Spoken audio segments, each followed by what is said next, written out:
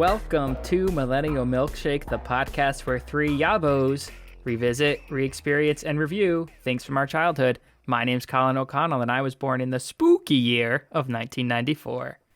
My name's Josh Sicali. I was born in 1995. My name's Michelle Potter. I was born in 1997. Hey guys, I've got to just get something off my chest real quick. Beitikama, Beitikafir, Beitien. That's all I had to say. That's nice. Not even gonna finish it.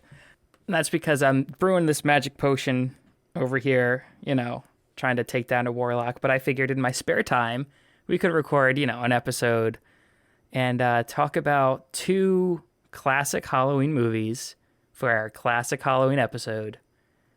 It is Halloweentown versus Hocus Pocus. This is a versus episode.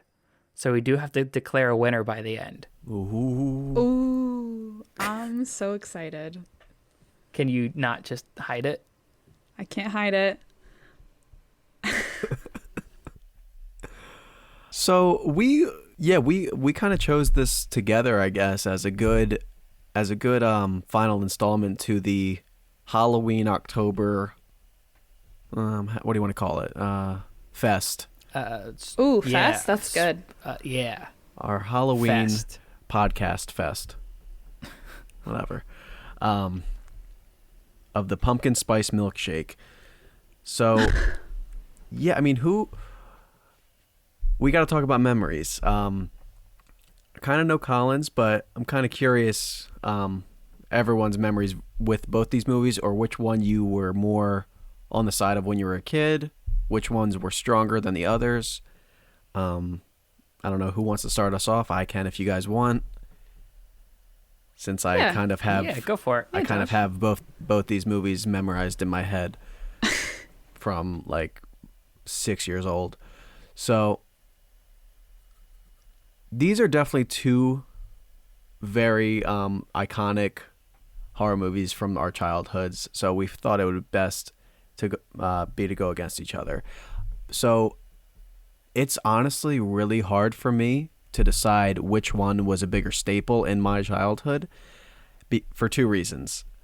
I think I personally enjoyed Hocus Pocus more growing up, although I heavily enjoyed the Halloweentown franchise. I do remember when I was a kid, though, I started liking the second one more as a little kid. I don't know. Maybe I thought it was more entertaining. I don't remember, but Hocus Pocus, man, was I think a bigger highlight. I watched it more. I feel like I watched it more with my brother, and I think my dad definitely liked Halloweentown over Hocus Pocus. So that definitely played a part in why that was really big in my childhood too. I mean, not to mention we all loved it as well, but that was definitely my dad's favorite in terms of like the childhood Halloween movies. So I remember always watching them. Both super, super delightful, super cozy Halloween movies. I think Hocus Pocus is hilarious. I don't know if you guys have any specific memories or experiences you want to share. Yeah, Josh, I had somewhat of the same experience. I really liked both of these movies.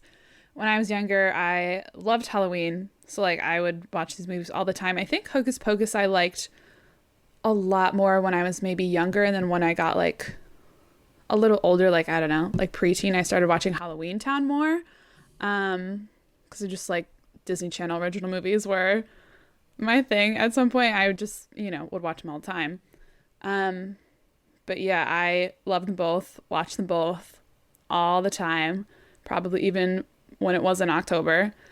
But I hadn't seen them for so long before revisiting this, so I got some thoughts, and I'm so excited to jump in and see what you guys think. How long do you think it's been since you've seen either of these? Halloweentown, I think I watched maybe a year or two ago, but Hocus Pocus I hadn't seen in probably like 5 years. Whoo! I know. Yeah. But I really love them both, and I'm excited to talk about them. Sweet. So here's the thing. I fucking hated Hocus Pocus growing up. My mom and sister loved it. I couldn't stand it. Whenever it was on, I would like leave the room. Like I could not stand being around this movie in the same room as this movie. Meanwhile, loved Halloweentown. Watched it, that one and the first one, literally like every year they came out. You know, like every single Halloween season.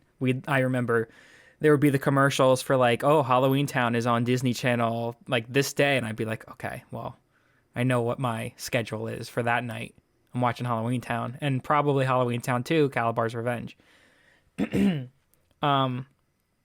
far as like the other two, like the third and fourth one, I think I've maybe seen the third one a couple times. I don't think I've ever seen the fourth one, so It's garbage. yeah, I don't even have a reference point like for that. But I do remember watching the first one a lot, and I also remember watching the second one a lot, and yeah, I remember just despising everything that Hocus Pocus stood for. So that's my personal experience with it. Definitely a nice, refreshing opinion on it, considering it's really hard to find people that dislike Hocus Pocus, especially ones that disliked it when they were kids. So that's kind of cool to hear. I will say this also. Halloweentown was definitely more of a family watch. I don't really remember us all watching Hocus Pocus. I think that was just one I would watch and my brother and I would watch. I honestly can't even count on my... I mean, maybe, but I just remember Halloweentown being the more of the family movie for all of us to watch. So it's funny that difference. I don't know what it is. I don't know what it is either, because my family was the same way. Like, I would watch Hocus Pocus by myself or maybe with my mom. And then our whole family, like my brothers and I and my dad, we would watch Halloweentown. I think at some point we all watched it together. But Hocus Pocus, I also don't remember ever watching all together. I don't know why, but... I think maybe because Halloweentown just felt more of like a family Halloween movie. They're both extremely centered around Halloween, but different takes on it. So maybe that's why. Yeah. Yeah, we'll get into the different takes and the way that they present that material. But yeah, I don't know. I just always felt like Halloweentown was more, you know, I would always watch it, you know, with anyone who ever wanted to watch it. And as I said before, leave the room when Hocus Pocus came on. Literally leave the room. Did you wish you liked it? No. Why would I wish I liked it? Because everyone else is enjoying it in your house, and you always I had don't to, give a shit. you know. I hold firm to my opinions. Do they still like it? I don't know the last time they watched it. I know I told my sister that I was reviewing it when I last saw her, and she was like, "Oh no, you're gonna shit all over it." I was like, "Not necessarily." I said, "We're also reviewing Halloweentown." She's like, "Oh no, you're gonna shit all over that too." I'm like, "No, not necessarily. You know, I might have some good things to say about both of them. I'm positive on the podcast sometimes." Yeah. I guess we'll Yeah. find out. Yeah. Yeah, we'll see. We'll see. We'll see. We'll Yeah. see. Before we jump into it, I don't know if you guys, would like to know any more. I just the more. Hard pass. Okay, so when I revisit.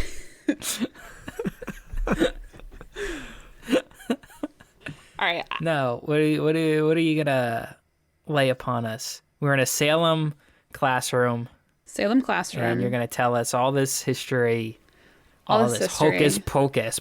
just a bunch of hocus pocus. I got a ghost and a werewolf sitting next to me. Oh, that ghost is sweating. Colin's sitting next to the Sanderson sisters. Oh, Jesus. Man. Oh no, it's my hell. I just got a super, super brief, quick history here for both of those movies because I know we got a lot to talk about. I'll start with Halloweentown, though. First came out in 1998, October 17th. It is a Disney Channel original movie. When it came out, it was the fourth Disney Channel original movie to ever be released, preceded only by Under Wraps, which came in 97, You Lucky Dog, and Brink, which both came out in 1998. Ooh. Yeah. Really? That's interesting. Yeah. 'Cause I would have sworn Don't Look Under the Bed was before this, but interesting. When did Phantom of the Megaplex come out? Oh God. What a film. Was that 97? No, that was earlier, right? No, I mean later. That was that 2000s? Megaplex? I think so. Yeah. Yeah, I think it was like 2000 something. Yeah, that definitely wasn't 90s. If our listeners ever want a movie that's only 90 minutes, but apparently feels like 5 hours to some people, Maybe, yeah. Phantom of the Megaplex is a It's is a actually go-to. it's not 90 minutes. It's I think the minimum runtime is like 500 minutes or something like that. I remember. Yeah, There's definitely. no way. Yeah. There's no way I that remember movie's that long. putting this on at like, we all watched it a while back. We put it on at 10 o'clock, and by the time I looked up my watch, it was like 3 or 4 in the morning. So Not true. Yeah, Don't it know how- absolutely was. don't know how that happened, guys. A whole day went by. Yeah, it No. was absolutely 90 unbelievable. minutes. It's really short. I looked away from the clock, and it was the same time, but the next day it was just different date. That's Yep. all that changed. Yeah, Just it a was different date. such an experience. You think Titanic's long? No, Nope, not at all. You think not at all. literally I've any al- movie was long? You're Guys, wrong. You know what I say about Phantom of the Megaplex? It is the Irishman of Disney Channel original movies. Except a little longer. Oh yeah, yeah. I just double checked. Don't Look Under the Bed came out the year after, so we're good. 1998. Yeah, for some reason that one does feel older too. I don't know why. It feels Yeah, old. Yeah. Yeah, No, when I it think definitely of- does. It definitely feels a lot less polished than. Well, I don't Yeah. want to get into it, but yeah. Like when I think of Halloweentown, I think that it came out in the early 2000s, but it didn't. I don't know. Okay, it was directed by Dwayne Dunham, who also did the aquatic masterpiece, The 13th Year. oh, Nice. yes, Nice. Merman. Yeah. Yeah, Merboy. Merboy. Stars Kimberly J. Brown as Marnie and Debbie Reynolds as Aggie Cromwell, who you might know from Singing in the Rain. So when this movie Princess was Leia's mom. Princess Leia's mom, yep. When this movie was pitched to Dwayne Dunham, they told him it would be somewhere between like a $20 million to $30 million project. They thought about it for a little bit.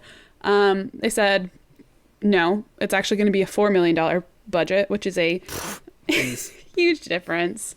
It's a bad day at work. Very bad day at work Wow. for Dwayne.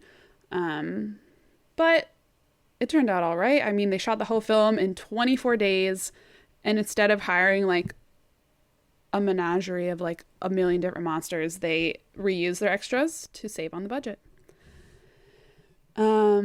It was filmed in a town in Oregon. They like transformed the whole town, I guess, into Halloweentown. St. Helens, Oregon is the place if you're planning a trip to Oregon and want to hit a Do they historic have a giant pumpkin? historic landmark. They might.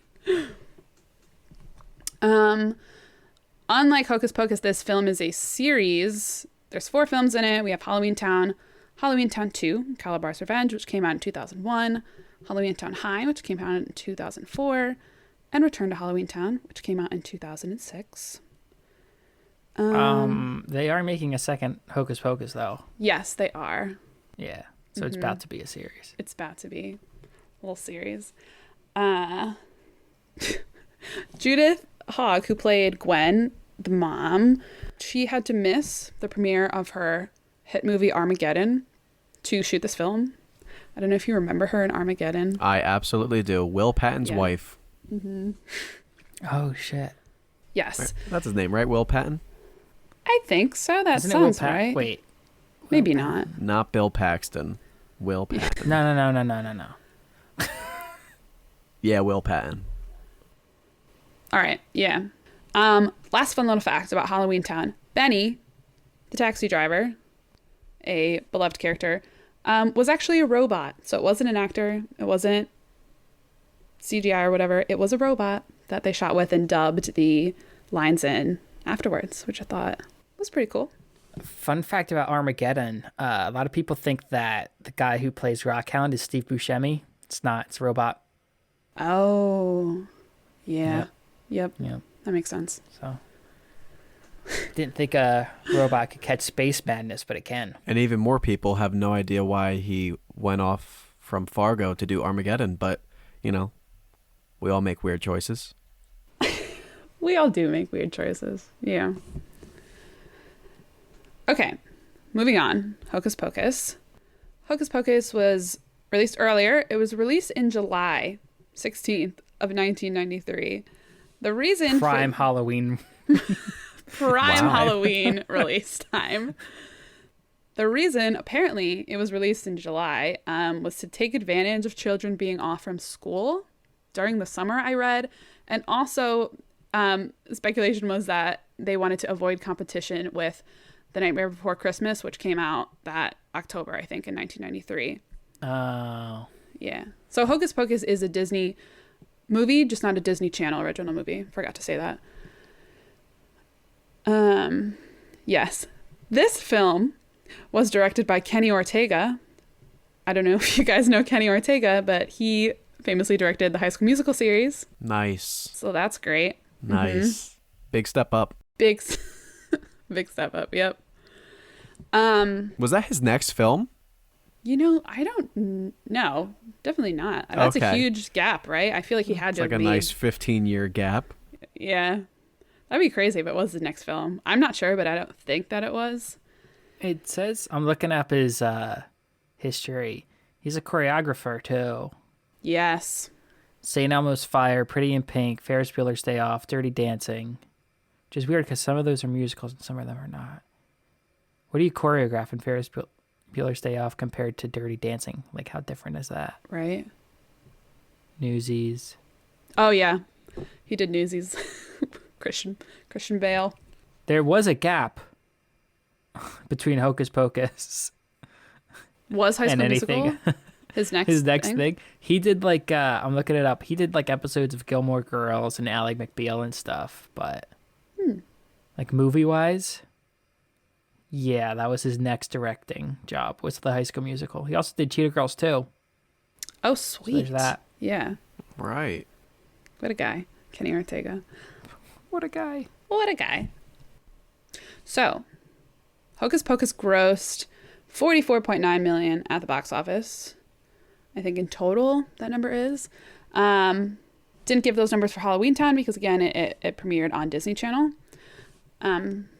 Hocus Pocus stars.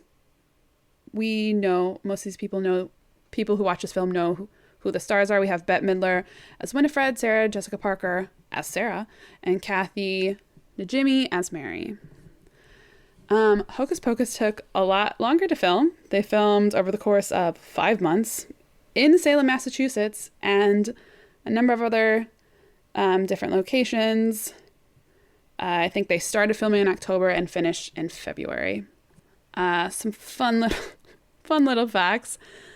The animatronic cat that they used in like some of the parts with the cat was later used in Sabrina the Teenage Witch. I was literally going to ask, when did Sabrina the Teenage Witch come out? Yep. Me too. While I was watching it, I was like, this reminds me of the cat from Sabrina the Teenage Witch. Yep, I think it came definitely. out in 1996, so they used it after this film was done. Also, I read that the role of Max Dennison was originally offered to Leonardo DiCaprio, which he turned down to film Guess why? and appear in like a movie that did okay. I don't know if anyone's heard of it. What's Eating Gilbert Grape? No, never heard of it. Yeah, he wasn't You like fucked up. Yeah, he didn't act Look like at really where his well or career is anything. now. I know. Imagine if he would have been in Hocus Pocus, what he could have done. I think he could have equally gotten an Oscar nomination for Hocus Pocus. You know, so either way, he would have been nominated. You know, he was Yeah. on. He was on. He was on the hunt for a nomination that Yeah, year. if Leonardo DiCaprio was in that bed humping that blanket, pretending it was a teenage girl, he would have gotten. Absolutely, an Oscar Yeah. nomination. I would have been Yeah, sold on that absolutely. scene a lot more. Yeah. Yep. And then a bear comes out and just starts eating him. Yeah. My final fun fact for you is... What's eating Max Dennison? Well, someone eating... So, I read... Wasn't expecting that one. I read that in 2018 they had like a Hocus Pocus 25th anniversary Halloween bash. I read somewhere that Sarah Jessica Parker said that she actually ate the spider. It says the spider, right? But in the film, she eats several spiders. Doesn't she? I just thought it was a big ass spider. I remember she like fills her mouth with it.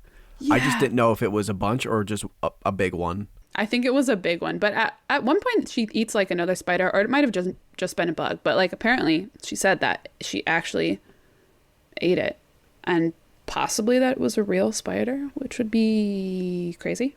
If it was real, then it was fried, okay? Because we all heard the sound.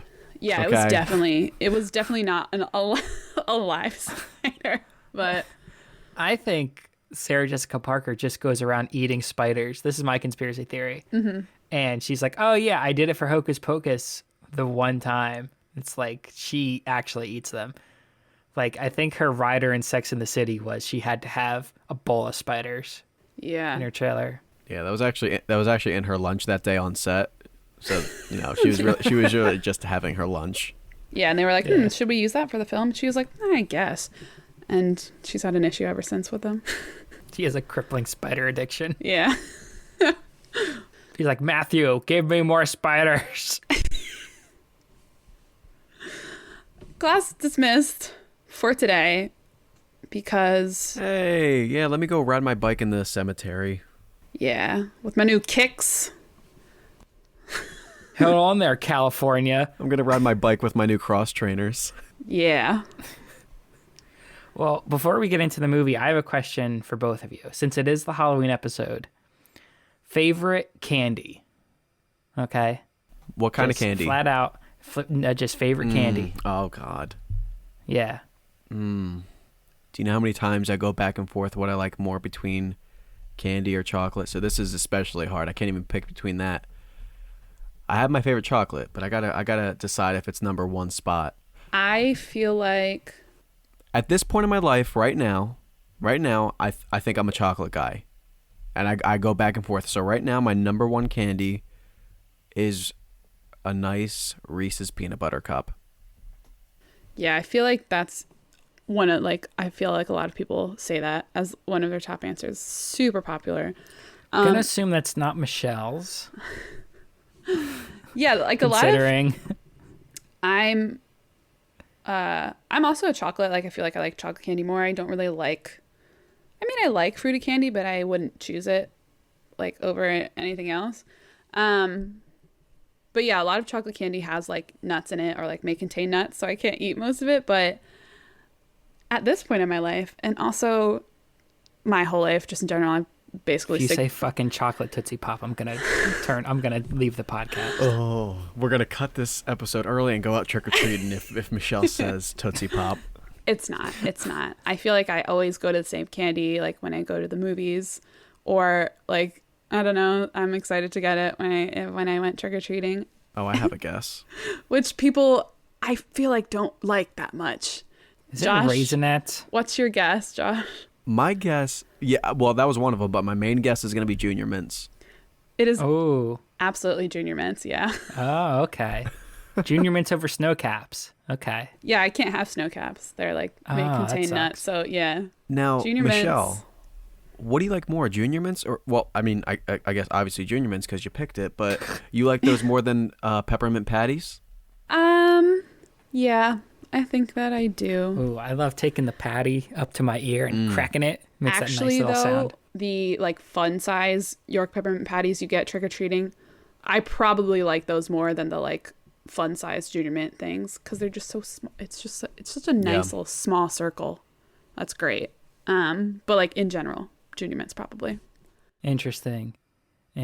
Well, would you guys like to attempt to win that in a new segment, a new game that I'm introducing for this episode and this episode only, maybe future Halloween episodes, we'll see.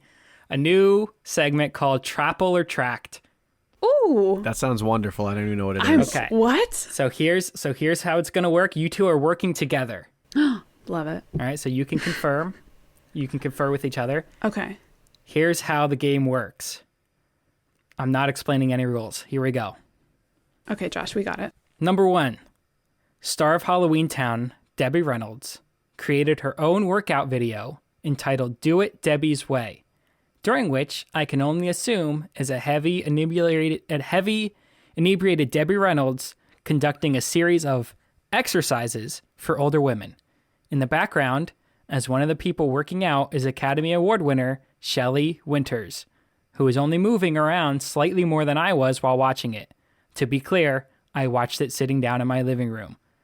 Chapel or tract? There will be no rereads. Chapel or tract? Michelle, do you want to talk about this, or you want to just whatever we feel we just bust out? Okay, first of all, I'm going to need the definition of trapple real quick because Absolutely not. Nah, I gotta go with tract means it's a fact, and the trapple is an apple fact. Oh, you're absolutely right. That's brilliant. I don't know why I didn't put those two together. But I could be dead wrong. Trapple or tract, apple, fact. I'm gonna go with tract. Do you think? I feel like that seems. Yeah, I was thinking tract as well. Okay. Our final. We're good, Josh. We're good. Okay, our final answer is tract, please. Okay, interesting. Number 2. Okay, we're doing good. I think. I Josh. like that. Yeah. The last name, Cromwell, is almost assuredly most historically known as the surname for Oliver Cromwell, who was the Lord Protector of England, Scotland, and Ireland, and responsible for the mass genocide of countless Irish subjects. Chapel or tract? I'm thinking trapple, but that's my gut reaction. If you think tract, then I'm going with tract. Okay. I feel like maybe Oliver Cromwell. That sounds familiar, but I don't think that's like the actual name, unless it is. But I'll go with you. Yeah, trapple. I think. Our final answer is trapple. Okay, number 3. Star of Hocus Pocus, Bette Midler, once played in a game of softball with the cast and crew of her Broadway smash hit, Rochelle, Rochelle, against the New York Improv softball team. During a play at the plate, Midler was involved in a collision and was hurt so badly that she could not go on, and her understudy had to step in for her. She was nursed back to health by a fan who was at the game and ran to get her a pineapple-flavored snow cone. Chapel or tract? That is so specific. But it feels like a bunch of trapple to me. I don't know how you're feeling. I don't know. Like, Josh, what do you think? Because it's so specific. It's a little too specific for me. Yeah. Okay. So we're going trapple. Yeah. Chapel? Yep. If you say so. The Cromwell Chant, as we know I did at the beginning, that's the most extra info you're getting, is actually ancient Welsh. It has been roughly translated into the following: the crows have eyes, the crows have fear, the crows have died. Let the crows yawp until they lose their tiny bird dicks.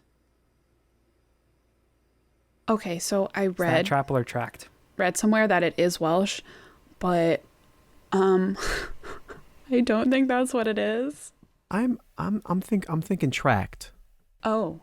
Okay, we'll go tract. Trying to pumpkin spice it up a little bit. Number 5. During Hocus Pocus, the Clark bar makes an appearance. This full-size candy bar was introduced in 1917 and, according to the Sanderson sisters, is, quote, chocolate-covered finger of a man called Clark. In actuality, Clark bars consist of crispy peanut butter substitute enveloped by a waxy film of marshmallow that tastes like the Pillsbury Doughboy just shatted out. Chapel or tract? Tract, definitely tract. Tract. Okay. Number 6. The writer of the song I Put a Spell on You is Screamin' Jay Hawkins. Hawkins was notorious for his many relationships with women over the years, many of which resulted in the birth of between 57 to 75 children by the time of his death. Trapple or tract? I'm going to go trapple. Oh, I was thinking... Okay, trapple. Okay. Trust your instinct. Number 7. This is the final. Traveler Tract. Okay. Near the end of Halloweentown, there's a part where a prop talisman flies into Debbie Reynolds' hand.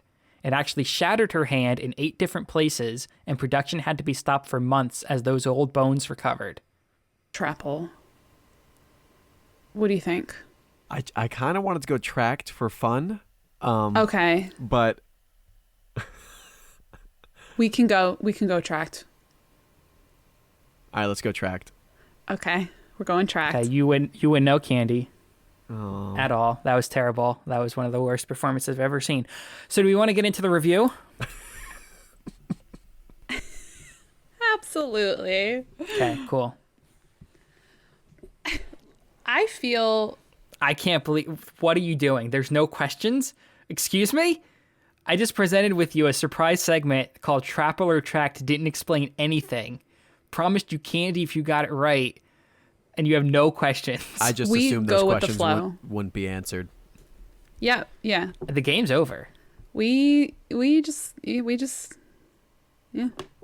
No questions. Okay. That was fun. Thank you. Oh no, wait! I have questions. I want to hear. I want to hear a little bit more about it. Oh wait, will you actually answer them? What do you want to hear about it?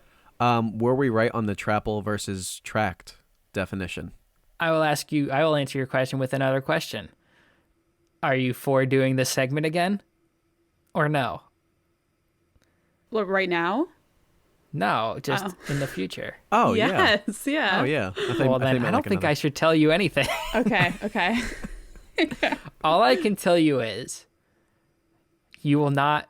I was going to buy you each your favorite candy, and now you get none of it. Okay. Can we know our grade on this? Sure, you got 1 out of 7. Was it the Clark bar? It was definitely right. I can tell you which one it was. The 1 point you got was for the first one. Wow. So she didn't break her hand in 8 different places. Well, that depends on what you think trapple and tract mean. Ooh. Oh. That's ass. I probably got the definitions wrong. Probably means the opposite. I guess we'll see next Halloween. That Clark bar definitely sounded right. It did. I know what a Clark bar's made of. A Pillsbury Doughboy. Yep. Yep. Do you have any questions for us, Colin? Yeah. Oh. All right. How dare you? First off, I think is my first question. Yep. Second of all, I thought you'd be way more less enthusiastic about this and kind of fight me on it, ask me for repeats, ask me for definitions of things. Can't believe you just went with the flow. That was insane. I don't understand. I would have refused to play along if I were either of you. I'm an easy man. Yeah. Same. It seemed fun. We love games, yeah. You seemed excited about not telling us anything, so I wasn't going to burst your bubble. Exactly. That's interesting. Because there may have been a way to get me to reveal more information, but you guys didn't even fucking try. I could have offered you your favorite candy, couldn't I have? We should have. Or Yeah. maybe. I don't know. Wait, what's Colin's favorite candy? He didn't tell us. Yeah. That's interesting. Yep. So these movies. Ooh, Okay. what's the theme? So first off, do we want to talk about Hocus Pocus or Halloweentown first? Let's talk about I'm just Halloweentown. gonna guess. Yeah, definitely Halloweentown first. Okay. Cool. The theme slaps. Let's just get it out of the way first and foremost. That theme is incredible. Yeah, it's great. And I love the intro on the pumpkin. Really sets the mood. Yep. Even Definitely. that music is pretty nice. It's because it's not the main Halloweentown theme. Yeah. Mm-hmm. I'm trying to remember exactly. I don't remember exactly how it goes, but I remember it was nice. So Colin likes the theme. I like the theme. Yeah. That's good. Does Colin like Debbie Reynolds? As like a person? Nope, in this movie. I actually really do like Debbie Reynolds in this movie. She's very grandmotherly. Yep. Like it really feels like she's their grandma at points. Like even like the way she like holds like Sophie's hand and stuff like a grandma would. Yeah. Only thing is She does leave their ass at the broom store with the Elvis, whatever fucking monster he was, but He was like a that dog. was weird. He was like an Elvis dog. But it was also Elvis. Someone gave him a direction on set one day, and he just went with it hard. Yeah. I feel like you can say that about most of the adults in this movie. Like some of them are fine. Like, I actually think the mom and the grandmother, and even for the most part, the guy that plays Calabar, are like fine, right? They're good to fine. And then you just have like, I don't know. It becomes off-putting at a certain point. Like the adult actors making fools of themselves. Like the lady with all the pins. What was that? What was she supposed to be?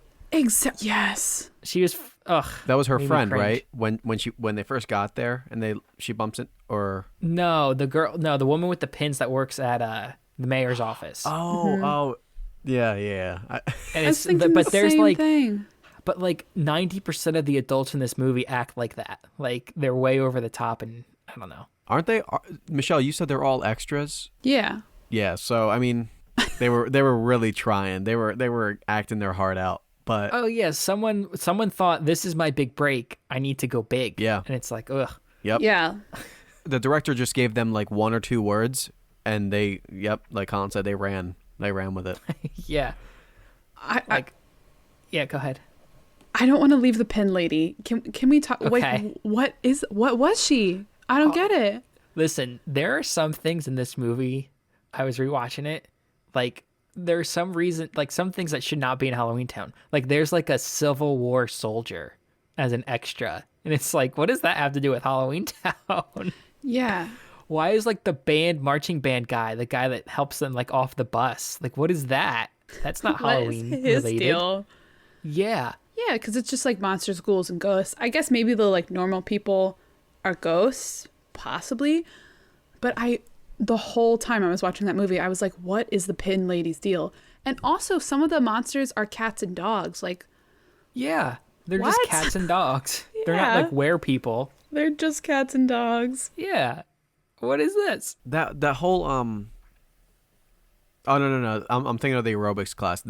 I feel like there was a lot of dogs in that, but there were other creatures in that. I just remember Yeah. the old cat dog lady, man. Yeah, the cat lady was like instructing it, and then they were like, yeah, there were a couple dogs in there too. Yep. It's like, what does that have to do with Halloween? I don't understand that part. How about the dentist and vampire? It's so funny when he The pulls tooth out. fairy. Yeah. Was he the tooth fairy? He was, like he said, right? Oh what he yeah, said. yeah. It's a scary tooth fairy. When he pulls out the tooth, Should like be you the can- fucking nose fairy. Did you see the fucking honker on that guy? Yeah, that guy had See a the Oh hook. my schnoz God. that He guy had a hook.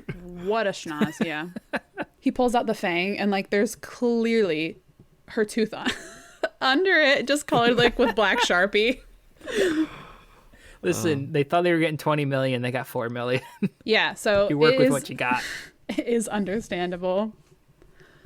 Do we have any favorite monsters? Oh, I got some tops.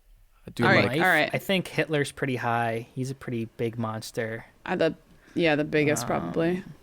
I love the I mean, ridiculous. Stalin killed more people. I love the ridiculous ghost in the sweatbox. Oh, the sweatbox. Oh yeah, he's really ghost. good though. I do Yeah, really he's like him. He's He pretty gets so great. offended. Very He funny, kids. does. Now go back to your mummy. Yeah. You remind me of the Curly from the Three Stooges. Yeah, he kind of Yeah. did. And then but when he gets out of the sweatbox, clearly a different man. Oh yeah, Oh absolutely. Completely different man. They didn't even try to do anything with it. Like they told him to like look down clearly, because like his like hat like covers some of his face. And the weird voice when he said attendant, it was like super high. What was the point of the high voice? What was that supposed to tell Because me? skinny people have high voices. Is that what and they're trying to say? Obviously, fat I guess people that's have what they're low going voices. for. Low voice is what they're saying. But that's the thing. His voice wasn't even deep when he was fat. No. It was just It just like wasn't. a different. It was still kind of high. I guess it just gets higher the skinnier you get. Yeah. All they did was they took his voice and they just pitch corrected it up. Yeah, That's all they did. I was Yeah. confused. Oh man. We can talk about like maybe some creepy moments that might have creeped us out in this movie, because I have one. It was the scariest part in the movie. Oh, please. What was her name? Harriet. So it was the one that she bumps into when they get off the bus. Like when they first get into Halloweentown. She had like the poofy hair.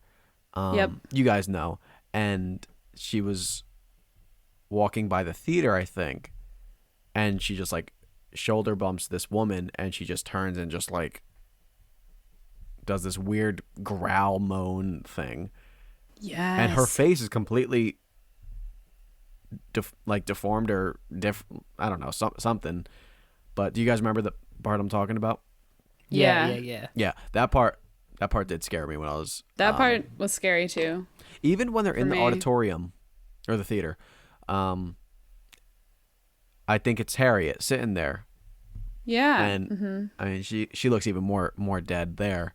But that part was kind of creepy to me when I was a kid. I think that's it. I don't think there's really anything else that I wasn't really creeped out by the demon figure. I forget what they called him in it. But Calabar. Wasn't really creeped out by him. I don't know if you guys were, if you remember if you were or not. I bet as a kid I was, but now, yeah. Yeah, I don't Just think I it's a was dude in a like. mask. Yeah, there's no parts. Yeah, no parts of this movie that really like stuck out to me now, or even when I was watching it younger, as something that like really scared me. Like some movies have that. I don't think this one does. I mean, seeing that movie theater in its disgusting state, that scared me. As someone who used to sweep, as three people who would sweep movie theater floors for a living. For years, yeah. That's got to be pretty spooky. Yeah, that was great. And also scary. But I love the spooky movie theater vibe.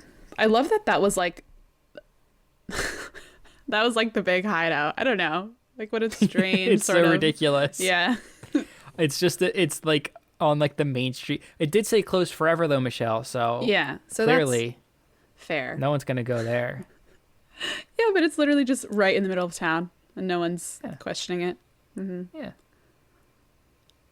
He had the disposal of the whole like their Capitol building. He could have used any part of that. But nope, used it. abandoned movie theater. Do we want to wrap around back to the beginning of the movie and kind of go around? Yeah. So at the beginning, her mom is just trash talking Halloween, She really hates it. And it's such a downer too. Like those poor kids. I feel It's for them. so infuriating. And also what's the brother's name again? I have it written down Dylan. somewhere. Dylan's like, why couldn't I have like a normal sister? And it's like, she's not normal because she wants to go to a costume party. That's a very normal thing for a teenager to want to do. So normal. And then she calls him Nature Boy, and I'm like, that's Ric Flair's nickname. You do not get to call him that. And then her mom is like, Marnie's like bugging her, like, well, why? Like, why can't I do all these things? And her mom goes, she just says like, oh, I can't tell you. Like, Mom, come on. What? When you're taller, Yeah. I believe it's That's what she says. But then Marnie burns her up good with the vegetable metaphor, being a potato, growing roots, and it's like, ooh, she got you there. She did get her. Joke would have been better if she sat, because she sits on a chair. Couch potato joke works better if you sit on the couch. So next time, Marnie. Yeah, Just saying. absolutely. For Halloweentown 5, whenever they get around to making it, just make sure you go on the couch. Yeah, I'll rate it. Or the reboot, whatever they're going to do. They're going to do a reboot, I guess. Yeah, Oh, absolutely. yeah. Yeah, at some point they will. They should do a reboot with the cast of Hocus Pocus, and then a reboot of Hocus Pocus with the cast of Halloweentown, just to really mess with people's heads. Ooh. Yeah. I watch them come out like both just masterpieces. I guess they can't do Debbie Reynolds. They could CGI impose Debbie Reynolds' face. Yeah, they'll do that. On someone. They can do that now. Yeah. Imagine if they tried to do that then. Oh, man. It'd be so bad. They can barely make a fucking tornado effect in the goddamn movie theater. Yeah. All right, so the kids are really sad about Halloween, not being able to participate. And bam, Grandma shows up. Grandma saves Halloween. Well, first Sophie wants that goddamn cookie. Oh yeah, so She's we about really to get that cookie. Yeah, The way she she's about to says kick it was someone's like ass if she doesn't get that the way cookie. she says it was like felt pretty real. Like they were starving this kid on set because she just goes, "I want that cookie." It's like she said it with such determination. Yeah, I mean, just like, I'm sorry, I have to bring it up. Dylan, I fucking hate him. such He's a downer. Such a douchebag. Yeah, I mean, and I don't think you're ever supposed to like him. I don't even like him at the end. I mean, it's too late at that I point. wish they would It's- have. I wish they would have stuffed them in that fucking pumpkin and be like, "See ya." Yeah, he's still in denial. Like he never. Yeah. I also don't like Sophie. I like Really? Sophie. I really don't. No, I get Sophie's Sophie's great. I like Sophie. compared to Dylan. It's. I mean, he's much worse. But yeah, she annoys me. I mean, even Marnie does too sometimes. All the kids kind of really annoy me. I mean, it's really Grandma and Calabar that I like in Yeah. this movie. I mean, they're clearly better actors. Well, yeah. Yeah. There's the line. I don't know if we want to talk about the line about the big cheese. It's makes my skin crawl Yeah. when he's like, "I'm something of the big cheese," and she just goes, "Oh yeah, I smelled something stinky." Oh, I'm so glad you brought it up. It was so it's the smelly. cringiest thing It was ever. so smelly. Like when I was a kid, I was like that. I can smell it. I can smell. Like I just imagined him smelling of cheese, like a Parmesan. It was disgusting. like an old Parmesan too. And Ew. it's also the fact that she used the word stinky made it so much worse. I know. But And then she I think says it so Like, harshly. and, like she like her like nose Yeah. crunches up and she goes, it made stinky. her. It made her Yeah. stinky. It made. I thought she smelled like cheese a little too. Yeah, her acting was stinky. That line was stinky.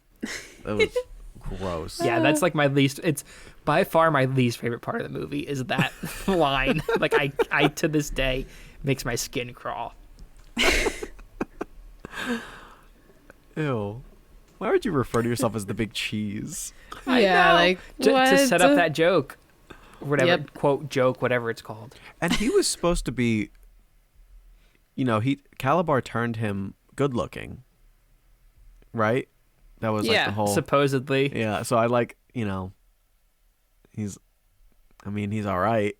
I was for someone. I mean, compared to what he was, I guess, he's like, "I used to be so fucking hot," and you're like, All right, like "Okay, dude, relax." fine. Yeah. Now you got that big cheese stuck in my head. Now I'm just all grossed out. Man. I'm sorry, I have to bring up the stinky cheese. I was hungry, but then I smelled something stinky. It Oh, must have been the big cheese. I didn't think anybody else thought that was like nasty. It's so nasty. Did Debbie Reynolds remind anyone else of their own grandma? Yes. Okay, me too. Because it was like Yeah. Yeah. it a was lot. exact. Yeah. I mean, Yeah, definitely. Even like, I mean, I remember my grandma. I mean, my dad's mom. We didn't call her grandma. We called her mom. I don't know if you guys ever used that term before, but mom was she was always like super. She reminded me just like her, and all my brothers thought so too. It was like kind of scary how much she kind of more of like how she talked kind of. She really got the sweet kind of not pushover grandma, but like kind of overrides the parents' rules. So it kind of reminded me of like when my mom would watch me. She would like always. It felt like she always said yes to everything. They like didn't know how to say no. So I guess that was also reminded me of that. And I remember my mom used to come, and she would answer the door for the trick-or-treaters while we went out with our parents. So she was always there Halloween as well. Yeah. My grandmas too, like they would always I feel like that's just like a grandma thing. Like they don't say no to things. Like as a kid, whatever you want, your grandma's there. And she probably already has it ready for you. Yeah. I feel like there's two different kinds of grandmas, Yeah, and they're I on was just gonna say they're on the each end. One is completely opposite spectrum. Yeah, you're 100% correct. One is super strict, and the other is super lenient and just lets you do whatever, or just wants to say yes to everything you want. So those are the those are like the prototypes of grandmas that they ship out of the factories. Mean grandma, nice grandma. They just have a bunch of Debbie Reynolds in, a warehouse.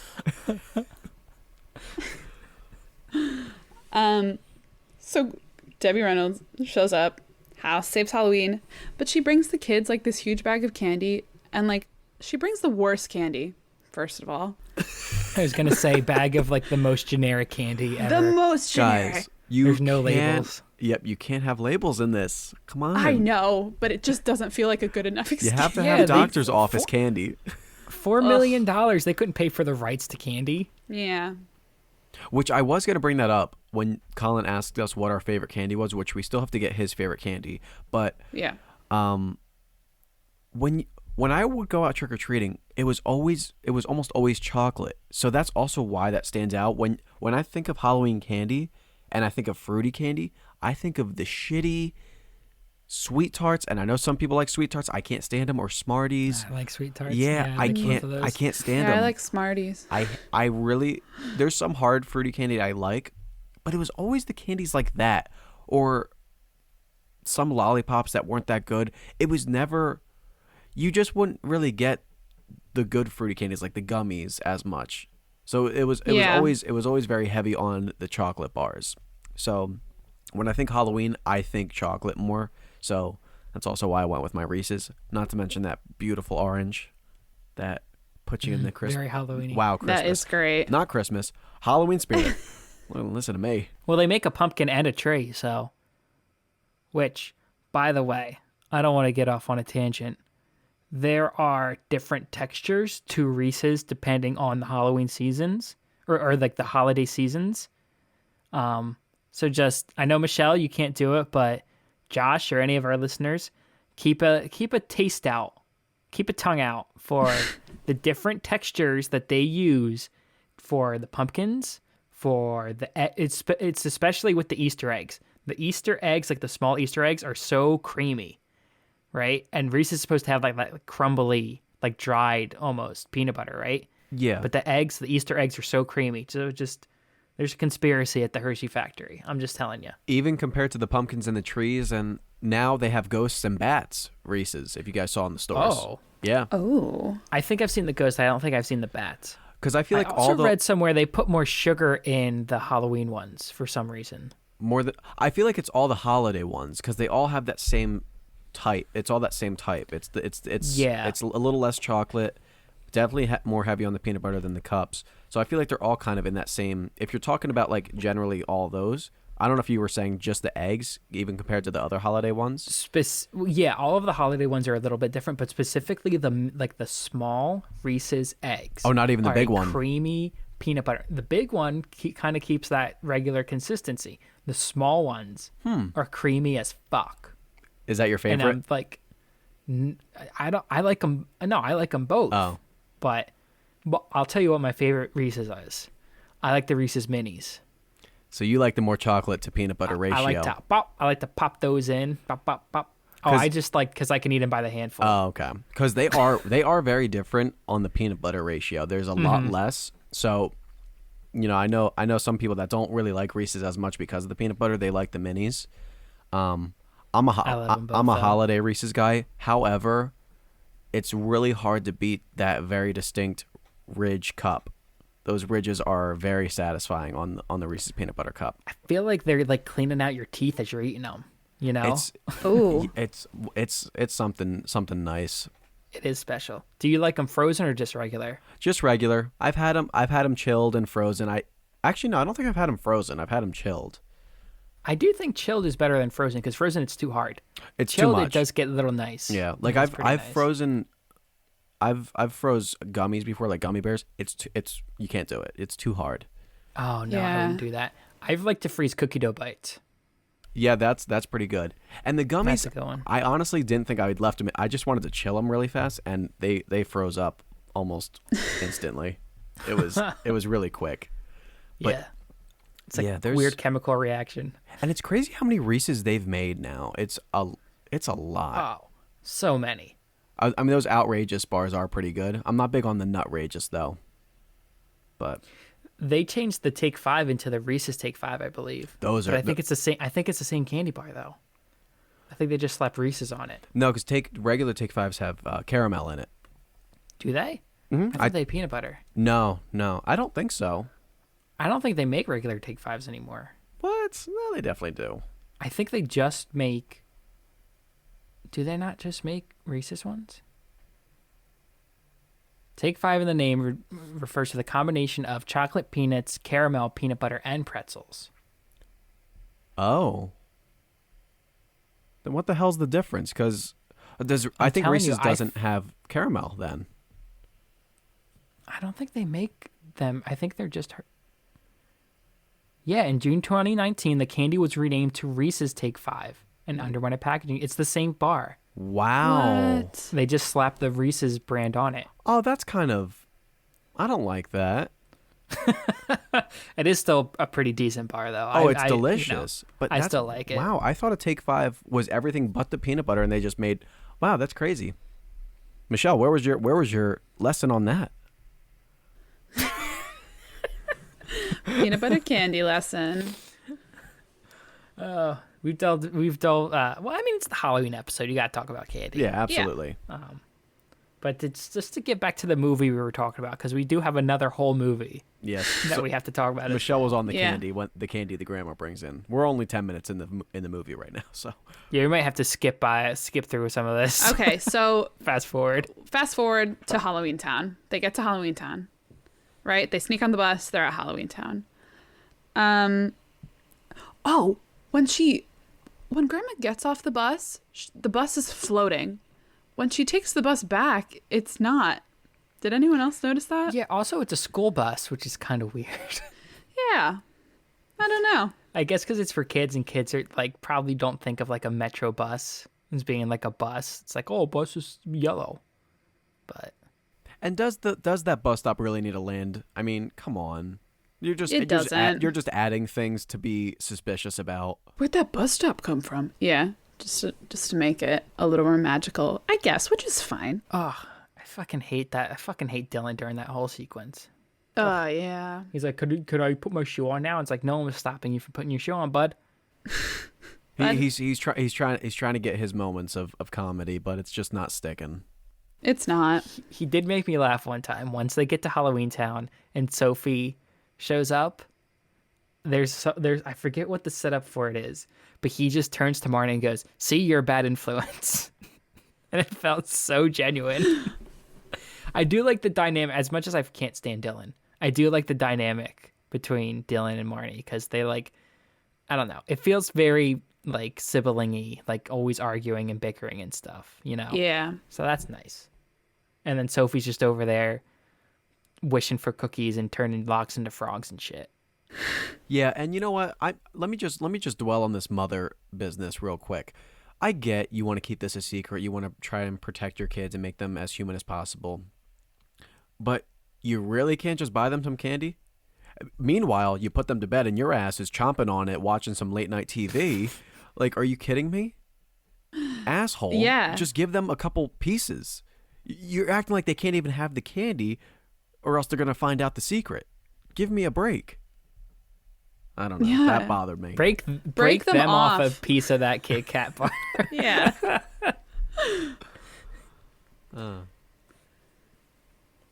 So yeah, we're in Halloweentown. Went on In my Halloweentown. quick rant on the mom.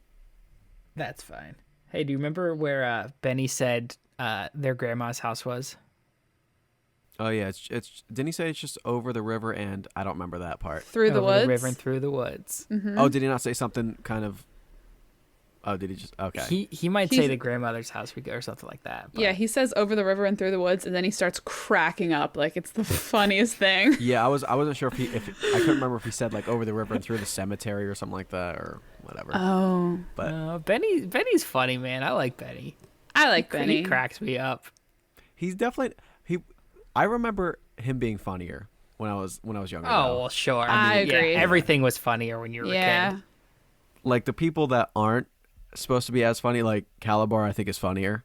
He makes me laugh a little bit more than Betty. He is but pretty funny. I mean, the bad guys are always going to be funny. Like any villain, even in any like Disney movie. Yeah, they're the star comic relief. One thing I have written down here is when they're driving by, they ask who Luke is. Like, there's like, who is he? And I just have written down the worst part of the movie. That's it. Like, he's the worst part of the movie. Yeah.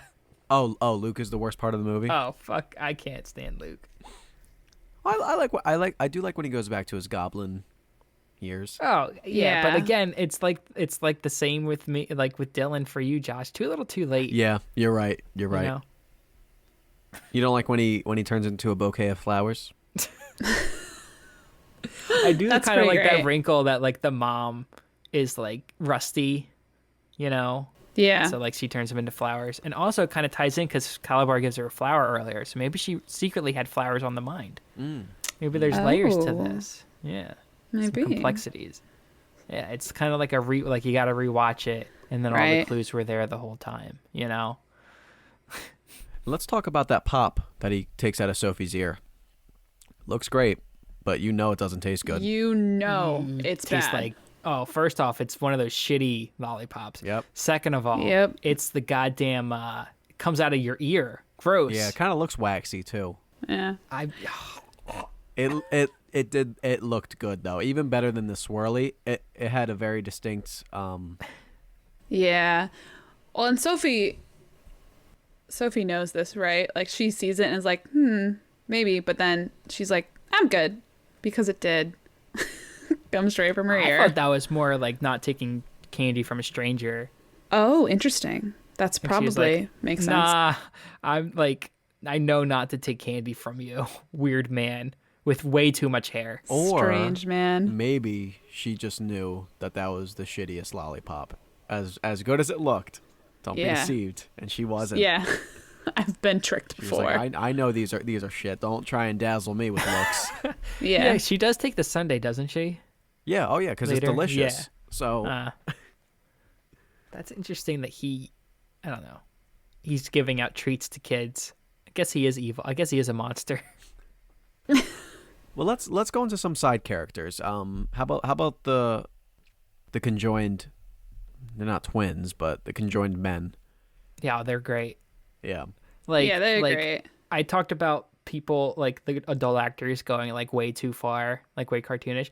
I think they hit it perfectly for the tone of this movie. You know, like the Yeah. way that they talk back and forth. The constant talking back and forth is a little annoying while like actual dialogue is going on, but they get some pretty good lines in. What's wrong with Yeah, the they're caffeine? funny. You're killing me.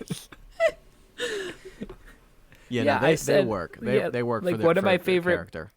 Yeah, like one of my favorite parts is they're like, "What bus is that? Is that the number 6?" And the other one goes, "That's the only one we got." I love it. It's really funny.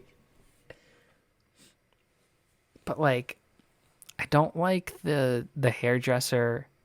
Who is that? Pleakley from Lilo and Stitch, or am I losing my mind? I don't know. Oh, I don't know Thought it sounded either. like him. The wolf man, right? Wolfman. Yeah, the Mhm. wolf man, and I don't like the broom salesman. Oh, don't like the broom salesman at all. Yuck. Yuck. Just too much. And we talked about Pin Lady. She's also yuck. Pin lady. Cat, you know, aerobics instructor. Blah. Well, Ghost is good. The ghost is Ghost good. is good. Ghost is good. Ghost is solid. Oh, wait, hold on. We gotta go back to the theater because that is probably the funniest segment in the movie, at least to me. When the Shadow Man first appears, it's his first big appearance. You guys have any thoughts on the scene? He was reminding me, like, he was kind of giving off Palpatine vibes. Senator or Darth Sidious Palpatine vibes a little bit. Yeah, his his big appearance on the screen. It was like, I don't know why, but at first I was like, is this a projection? Like I think I was thinking of another movie, like the big reveal is like the villain is fake. I don't know. But since it was on a movie theater screen, like I thought You thought they got Scooby-Doo on us. I thought they got Scooby-Dooed on us, yeah. But that wasn't. He was actually just like wanted the big vortex to be on a movie theater screen. Which it would make sense if he was like a light projection, because when they open the light thing, he's like, right? So if he was a projection, the light would mess with that, right? Yeah. But he just doesn't like the light until he's fine with it later in the movie. Yeah. And he's also walking around. Mm-hmm. I think because he was so accustomed to the darkness, that light really felt more piercing. Well, he was in a movie theater, and when you leave a movie theater, Yeah. It it's is. pretty bright. Yeah. But yeah, what did you want to say about that scene, Josh? Oh, just the fact that I'm pretty sure at least 75% of the scene, his head was on a complete right angle when he was talking. And I think you guys need to go back and watch the scene, because it starts as soon as he says "Welcome to my museum," and then cracks up at his opening line. that is like, why? All you say is "Welcome to my museum." You really thought that was so funny? You just start busting out laughing. Yeah. He just loves being evil. His big speech at the end of the movie is, "Hey guys, let's just be evil now." Hey, citizens of Halloweentown. He's not like justified in it. Like his motivations aren't like, some tragic backstory or anything. He's just like, "Hey, let's be evil." I bet Colin did love when he told Luke to shut up. Oh, love that. Yeah. I also love when he's like, "You see, the power of good can never triumph over evil." And it's like, it reminded me of Spaceballs when Dark Helmet's like, "You'll see that evil will always triumph because good is dumb." Like, that's what it felt like to me. I hated the part when he was freezing them, right? Yeah. And the grandma's telling them to go, and she just has to throw in the little explanation of the spell. It's just an evil spell that freezes us. Come on. Yeah. Stop it. Don't like just we don't need it. Let me figure it out. Or let me just think you Yeah. died for a second, Yeah. Yeah. I get it's a Yeah, kids it's movie, not needed. but man, let me Have some mystery. Yeah, they really bend the rules for that too, because when he freezes their mom, she freezes instantly, and then they freeze the grandma, and she takes like a few she's minutes. stronger in magic. She knows more magic. Oh, I guess she is more magic. That's true. That's fair. The mom gets taken out though. She plops in that seat instantly. Instantly. So, what a fall. It's such a difference from Debbie Reynolds' stunt fall. Debbie Reynolds just kind of like falls back. The mom goes right at it. She almost flies back in the seat. I think a leg shoots up in the air. Yeah. I also love Debbie Reynolds attempting to dodge out of the way of the things. Oh, She's like, "Oh, you can't catch a Cromwell or something like that." And it's like, you're so old. You're going to break your hip any moment. I think she said, what did she say? You haven't been, or something about There hasn't been something to... someone born quick enough to catch a Cromwell. Right? There's nothing. What does that mean? I like when she's... What's that bullshit? So when she's dodging the ice spells, literally reminded me of like a gorilla. She was like jumping, like she was even like grunting. Oh my god.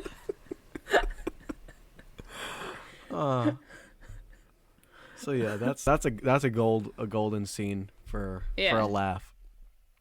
I like when they open the door, and the guy just goes ah.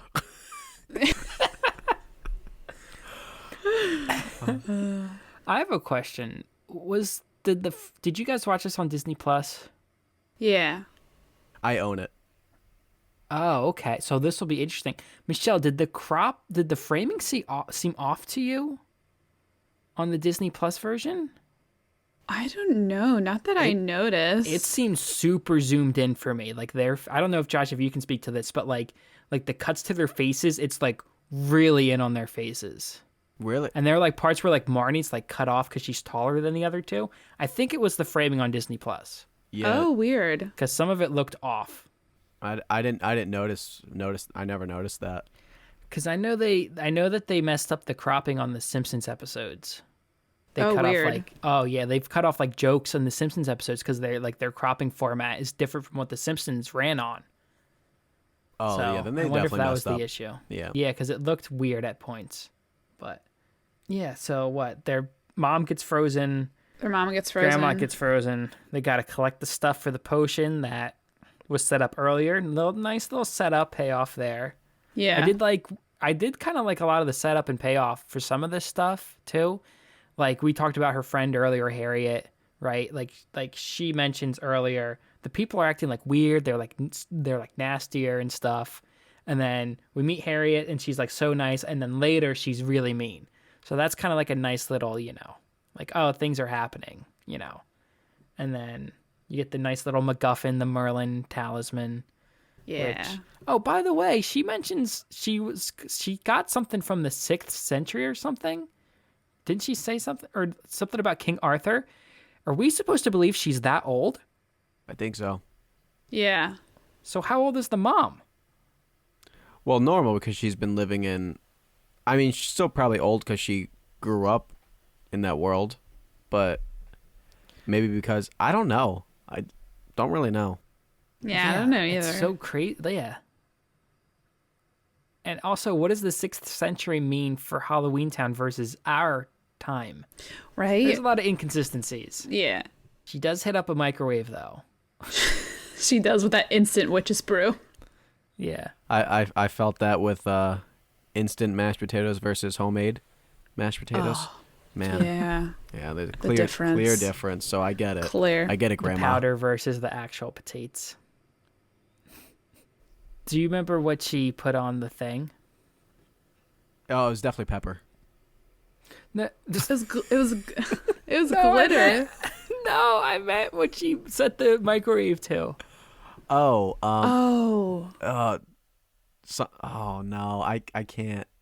I remember like taking note of it, but I don't remember what it was. Boil, or wasn't there a boil in there? She hits Bubble twice, I think. Toil and Trouble, right? Yeah. Oh, yeah, toil. Yeah. Which is, of course, a reference to... No one? No. Because they do make the reference also in Hocus Pocus. Which we'll talk about. In the beginning, when they're making the... No. Oh, no? No, the bus driver. Oh. The bus driver pulls up and he goes, Bubble, Bubble, I'm in trouble. Oh, is that what he says? Yeah. When I was a kid, I thought he said Bubba Bubba. Yeah, or I thought he said Babo, I'm in trouble. Oh, yeah, Bobble, Bubble. But he says Bubble, Bubble. That's what he's saying. It's a Macbeth reference in Shakespeare. It's fine. Ah. So that's a little something you need to know about Halloweentown and Hocus Pocus. They're referencing Shakespeare. Wow. Yeah. High art. I can't wait to talk about that bus driver for a second, but that will wait. Oh we God. have to Yeah. talk about 'em. Did anyone else? I don't know why I thought this, but they do this weird thing throughout Halloweentown where they sort of. They made me think whether or not Marnie was actually a witch or not, because she doesn't do like any magic. I don't know. Did either of you think that or Calabar's no? the only one who and it actually shows off like magic. Like he's the only person that like shoots shit out of his hands. He fucking Akios that got the talisman out of the pumpkin. Yeah. You know, like he's the only one that kind of does like showed like a practicality to his magic. Everything else was kind of like bullshit. Like, oh, you gotta believe it. And then Debbie Reynolds pulls out a chicken bone. I guess she does pop out the chicken in the beginning, but Yes. Well, Sophie's like doing magic. yeah, that's true. Sophie is. Oh, let me just go back real quick to the beginning. That chicken looked excellent. That fried chicken. All right, that's all I'm going to say. It did look excellent. Did they buy that or did they make it? I'm wondering if that was takeout or... There's a Debbie Reynolds recipe. Oh, Right. okay. By the way, She did not use instant. she did Yeah, sprinkle that's pepper all on the homemade. talisman. Let's be real. That was definitely pepper. It was glitter. Yeah, but it looked like pepper. No, it looks so like glitter. It's It was supposed to be really. this mystical thing that she puts on. It's just fucking glitter. It's just glitter. Yeah. Whatever. I like to think it was pepper. But Michelle, you were saying something before I spoke about fried chicken. Oh. Yeah, I kept thinking, because I couldn't really remember the whole movie. I was like, is she actually a witch, or is she going to be disappointed when she finds out she's not? Because every time she wanted to do something magic, she couldn't, and Sophie could. Well, So I don't know. she was able to when she was Sophie's age too. The mom says. Yeah, her mom does clarify that, and at the end, like, Yeah, because her powers They help, are like she has to get them. She has to They're start dormant. training now. So maybe they're like dormant. yeah. I have something written down here. I'll just say, let me just find what I have written down for a second. If magic is just wanting something, then how about they all want their mom to stop being a stone cold biatch? How about they want to go out for Halloween? Right. If that's what magic is all about. I'm gonna start really wanting things. I thought I wanted things before this episode, but I guess I'm gonna just give that a shot. You gotta believe. You gotta really believe want a hard. cookie. Yeah.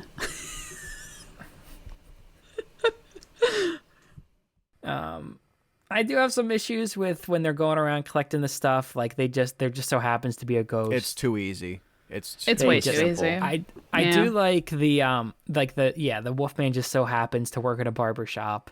The Tooth Fairy just happens to be taking the fang out of the vampire. You know, that's and all how bullshit. How did Marnie get in that role to sneak that tooth? Like it's Take too the tooth. yeah, it's too much. She And fucking Ocean's 11 that tooth out of there.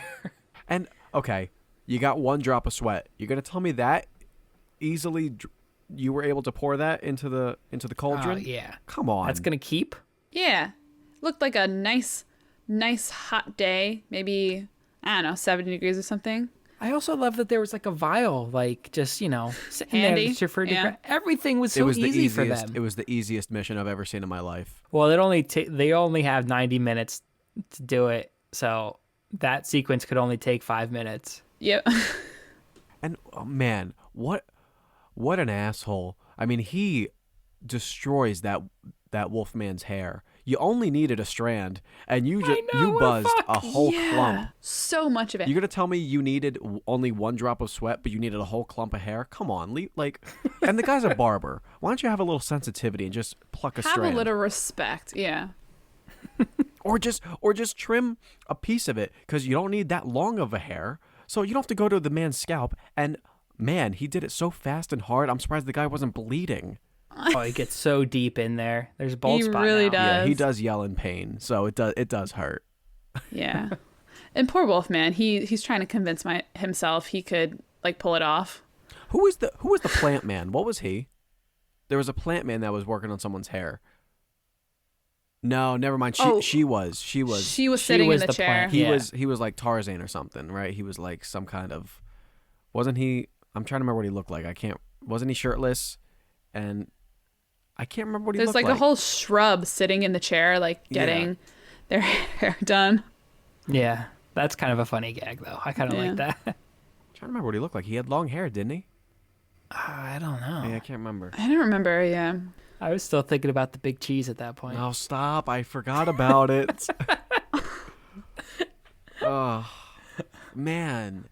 It's like I'm smelling it right now, and it's disgusting. Oh, God. Something stinks.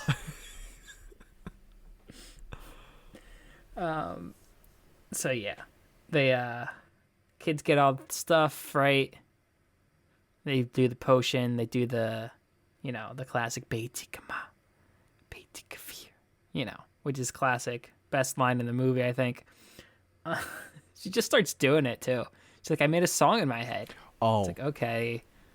and Marnie, when she catches herself, but at first she takes credit. When she says, "I did it," and then she says, "Oh no, we did it. We're witches." Excuse me. Yeah. You guys would be nothing without Sophie. So slow your roll and say Really? she did it. You didn't do Yeah. shit. Yeah. That pissed Calm me down. off. Yeah, what did you do? Steal a nurse's fucking outfit, a dental assistant's outfit, and that's all she did. That's Yep. not even magic. You just stole something. So what happens? They're in the thing, they're frozen, they put the fuck out. Luke turns good Yep. for some reason. Yeah.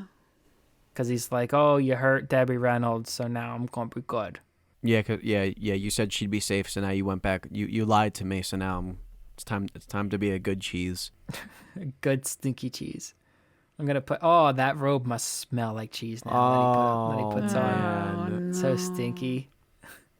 Definitely like a sharp cheddar. Oh, too sharp. Like a sharp white cheddar, Vermont cheddar. God, Oof. that's No. Oh. All right, so we move pretty fast. Like things are. I mean, this movie moves pretty fast yeah, too, though. but like everything happens very fast. Mm-hmm. Yeah. So we're already.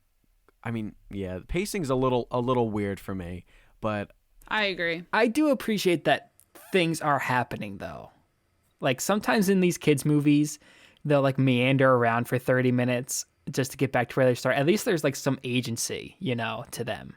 yeah, Like but what they're doing. the thing with Halloweentown is that I mean, even when I was a kid, I mean, no, I always loved it, but yeah, it moves along, but there's still parts that feel boring.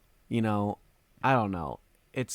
I'll tell you what doesn't feel boring is when they're up, because we skipped it, when they're up flying on that broom and Debbie Reynolds is clearly inebriated, just shouting whatever the fuck she was shouting.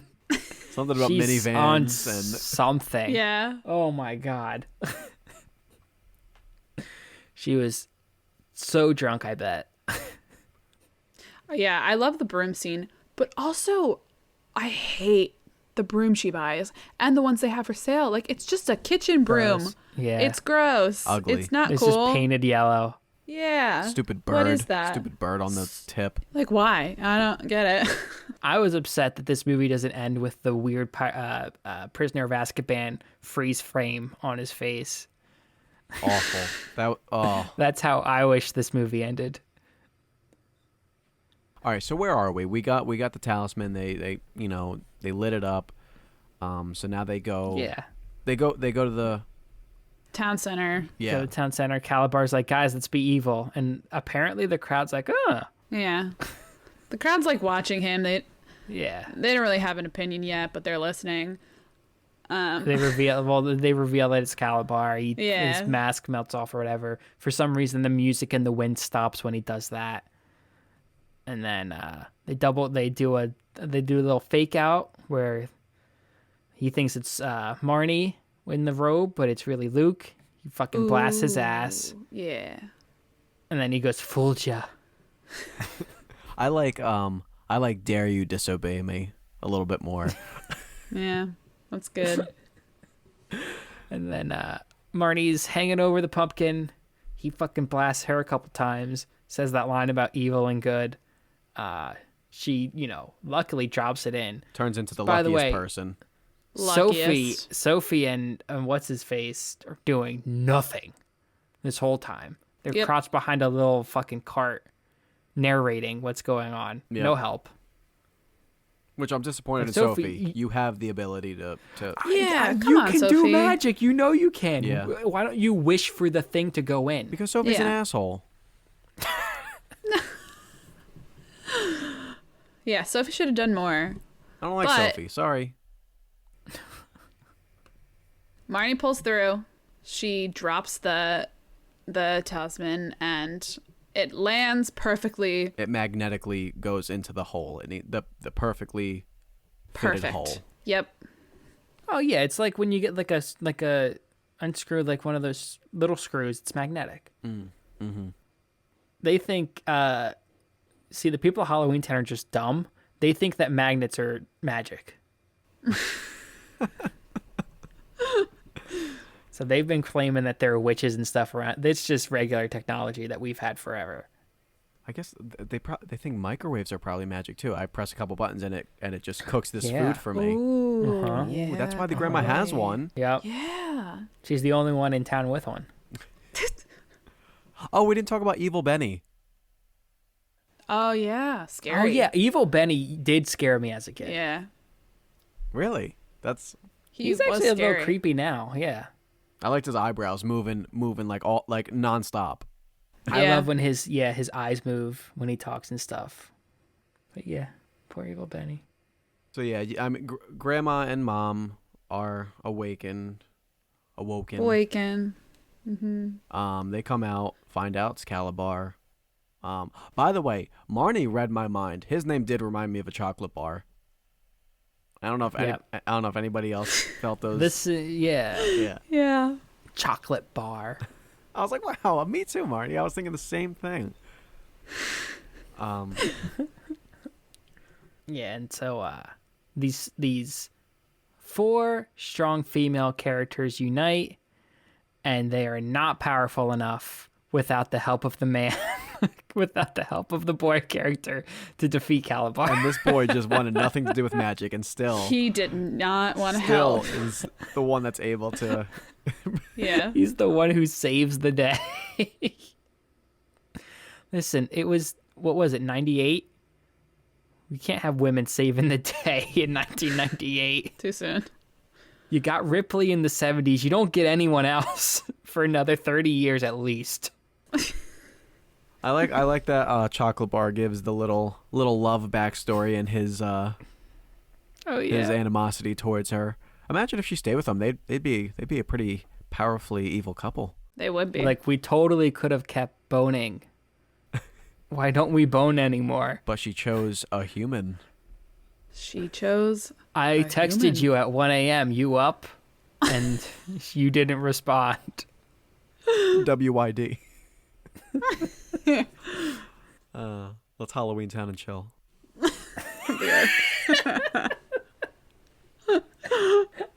Oh, let's decom and chill. Oh my god. So they all unite. Yep. He's got the little sparkle. Little sparkle. They fucking obliterate his ass. He like ceases to exist. Yeah. And then she breaks her hand in 8 different places. Yep. Yep. That's Yes why or she no? reacts like We don't that. know. That's why she reacts like that. Oh. And then Dylan's like, "Oh, it wasn't really magic," and it's like, "Bitch, you've been through it's so much stuff, and you still don't believe. What about empirical evidence?" What a dick. Yeah, he sucks. Luke gets his big ass nose back, He does. his big ears. He's like, "I used to be hot. I was gonna ask you on a date," and then she kisses his fucking fake plastic, silicone, extremities, whatever. Yeah. And then, they decide they're going to leave. Grandma's coming with. Luke apparently gets the job on the bus for some reason. That was never explained. Nope.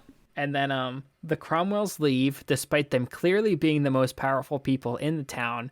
And if there's ever anything bad that happens to Halloweentown again, they're fucked.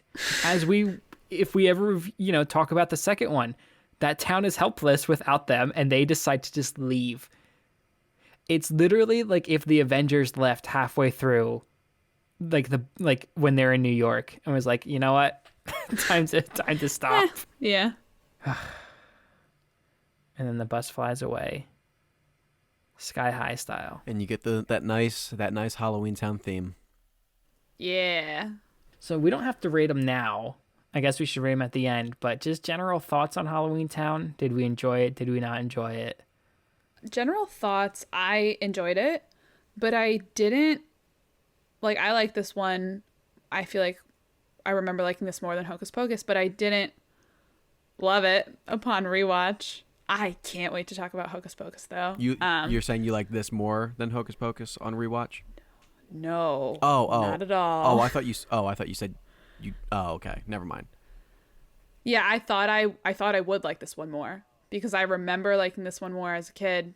I thought, but it's good. It's solid. I enjoyed it. Yeah, but I didn't love it. There's so I remember. I mean, I watch this movie a lot. I mean, I still watch it. This and Hocus Pocus every year around Halloweentown. Around Halloween time. Yeah. But yeah, it obviously doesn't hit like it did. I mean, even I enjoy it for the memories and nostalgia, but after I forget when I really it honestly might have been last year when I watched it because I might have gone like a couple years without watching it, and there was something really missing and it just didn't hit like it used to, and I was like, wow. I mean, it feels disappointing. I still will watch it and I will still enjoy it, but maybe my expectations were higher, and they just weren't met. I thought it would be funnier. I thought Yeah. I did. It also felt a little boring to me at a lot of times. So yeah, I don't know. I might go back to liking the second one more. I don't know. Maybe not. Probably not. But because I know that was one that kind of went down upon rewatch. But yeah, so Halloweentown, it's solid kids Halloween movie. I'm not gonna deny that. It's just hard. It's hard watching it now. Some movies just don't stick like they did. I think this was kind of one of them. I appreciate the effort on the $4 million budget, but some of those costumes are really, really cheesy. Even where they could do better. I mean, I can only allow so much forgiveness. Some of those are really, really, it's really bad. And you know what? The ones we didn't even talk about when they're on the bus the first time, but the ones when they're on the bus, like the mouth move, like we talked about this in Goosebumps, how the mask didn't move when she talked. They moved, but then you see the ones like as you like get through the movie, some of them are so bad. Yeah, like they just like stuck it on a guy who was like in a t-shirt and like, all right, you're a fucking goblin or something. Yeah, so it's gonna be tough. It's definitely gonna be tough to rate these because this is a much better kids Halloween movie than a movie itself. So definitely gonna be tough to rate, but yeah, I think I got something. We'll wait till the end. Yeah, totally. So should we move on to Hocus Pocus? Yeah, then? let's put a spell on everybody. The first thing we said about Halloweentown was the theme. I'm just gonna say it. I really liked the score for this movie. I thought it was very well done. John, what's the composer's name? Not that it matters. John Debney or something. Williams. Oh, I wish. Yeah, John Debney, I think, did the music. I mean, there's some really good tracks on this. From the opening one, I think at least. Yeah. And I think it really it fits. It fits the movie very well, I will say. Yeah. It's more spooky than Halloween. Halloweentown, you know what it is? Halloweentown was a little too playful compared to this. Yep. So that maybe that's my gripe with it. But yeah, so I think the beginning of Hocus Pocus is pretty spooky. Yeah. Like when she's leading the girl through like into the woods and stuff. I think that part is pretty spooky. I really like the period piece too, like the period set too. Like I really enjoyed it. Yeah, that part's Yeah, I agree. I agree with you, Josh. I think the music is great. I think it creates like this great atmosphere. It's so I'll be honest, cozy. That second or third track really hits when I don't know why it like it's a very triumphant track when he goes running after her. It's a great track. So I'm just gonna throw that out there. I remember when I was a kid, the opening scene. Well, no, not the opening scene, not the credit scene, but when he's sleeping. I remember that making me jump, or like creep me out when Sarah whooshes past the window. Don't know why. It creeped me out. I really couldn't tell you why. It was just like it looked like a shadow just ran across the window, but I guess it was just Sarah stealing his sister.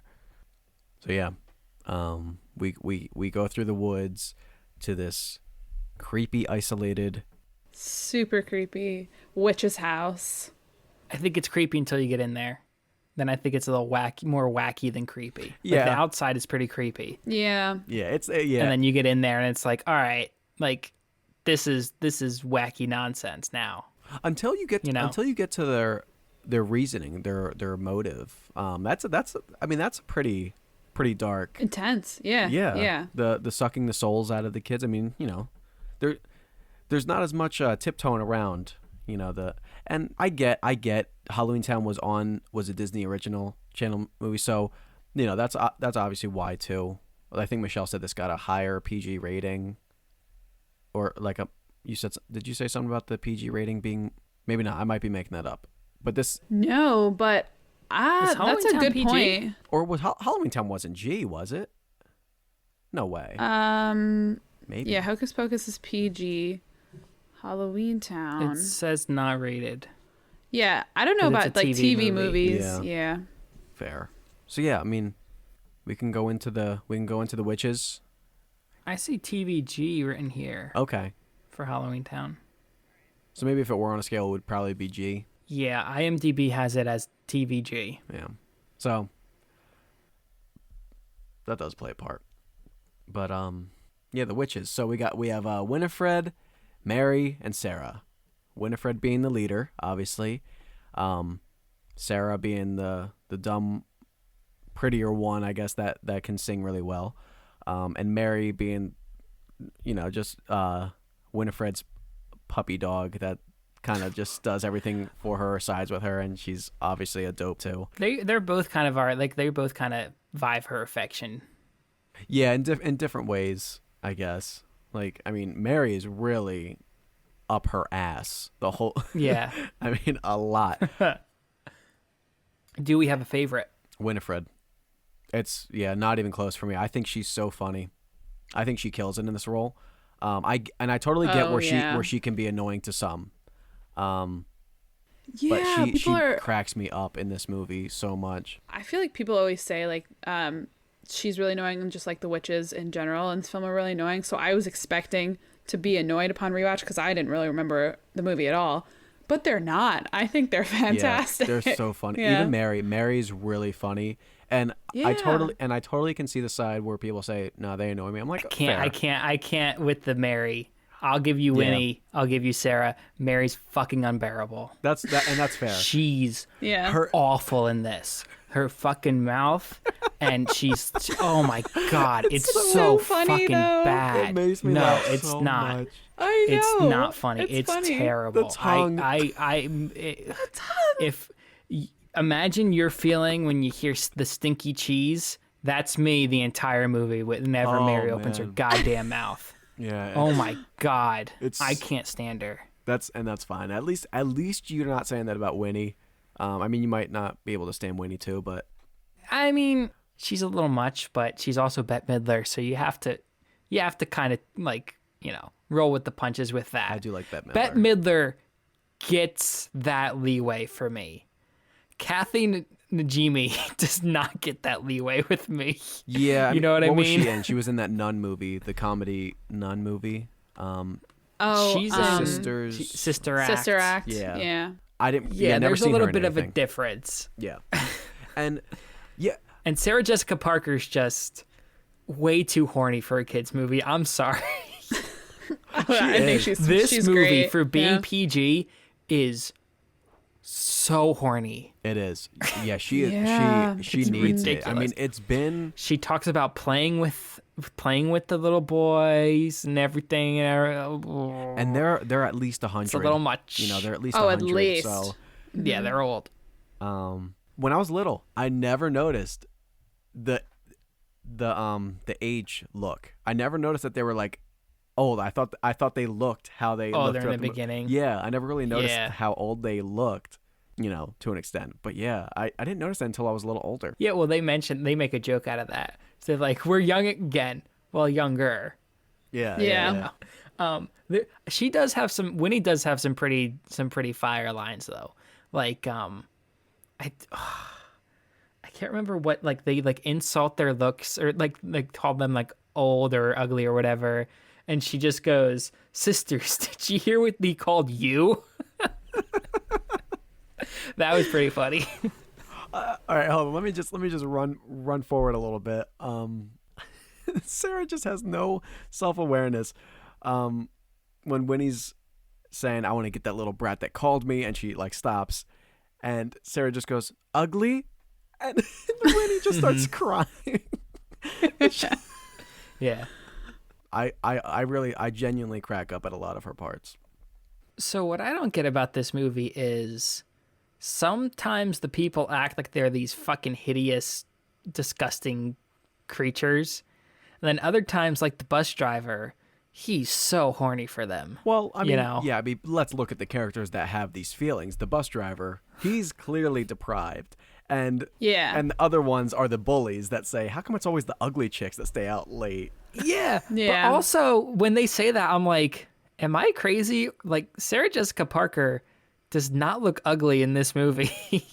No, she Like, doesn't. But especially compared to the next to the other two. Compared. But Yeah. like, I think she looks. She definitely has a look that I think a lot of people would be like into. Yeah. You know, So I don't think she looks bad. No, in no, this she movie at doesn't. all. I feel like they try to make her look bad, and they like try to play that up, and it's just like she's just like an attractive actress. Like, yeah. See, so compared in this movie, yes, but I'm not that big on Sarah Jessica Parker. I'm not either, but I can like she's I kind of like not Bette Midler ugly. in her prime more than Sarah Jessica Parker. Oh, I like Bette Midler in Seinfeld. But even like, I mean, like I think she's prettier in. I don't know if you guys saw Beaches, but No. I mean, yeah, it's not. Yeah, When Beneath My Wings. Yeah, I don't know. I just doesn't really do it for me, and I don't know. I do have to say, Sarah Jessica Parker is great in Ed Wood, though. Yeah, I have to rewatch that movie. Do you remember her? It's been a little bit. She does. He talks about that scene, the one scene when everyone's like celebrating this, like the movie or whatever, and she's the only one with any like perspective, and she just like freaks out on them. She's like, "You're all idiots! Like this movie that you made is terrible." And then she like runs out. It's great. She's really good in that movie. That's a really good movie. I mean, I'm gonna say I think that might be Tim Burton's best movie. But I'll leave it at that. Haven't seen it. Really? Oh yeah, that's good. That or It is Edward. really good. Edward's really good. It's not like classic. Like it's not really classic Burton. Like when you think No. about it, And that's what. it's very controlled. Yeah. And he really reins it in. But there's some weird part, like the beginning and the opening's very Tim Burton-y. But yeah, it's kind of just straight. It's just kind of played very straightforward though. The whole movie. I mean, there's humor and stuff in it, but It's just a good movie. I mean, it is really not good. to say his other movies aren't. His other movies are good and like, but it's stylized. yeah, if you don't like the Tim Burton style, like I can see not liking Scissorhands or Beetlejuice or stuff like that, right? But he kind of isn't, Ed Wood's kind of doesn't have a lot of that on it, Yeah. And Scissorhands, I think, also kind of tones it back a little bit compared. I mean, Compared to like Batman Returns, absolutely. yeah. But yeah, so other episodes. Let's Sure. let's move on. We're still in the first 5 minutes on this, but I like when they're banging on their doors, and Sarah Jessica Parker just says, "Sucking the life out of little children," and when he just chokes her, Oh yeah. her scream. That's a good part. And then it instantly cuts to the next scene with them on the noose, and maybe the funniest part in the movie to me, when Thackeray's dad says, "Winifred Sanderson," and she just looks over at him and says, "Yeah." Yeah. So good. Cocky and just ball busting. Like, this man is looking for his son, and Yeah. you're so jovial and just sarcastic. And, Yeah. and he says, "I will ask thee one final time." She says, "Yes," and then looks at him with like a face. Their spell is so fucking specific though. Like, a virgin has to light a candle on Halloween. Like, it's so specific. It really sucks for them. I mean, make it a little bit more general. Increase your Yeah. chances of coming back. Yeah. Yeah.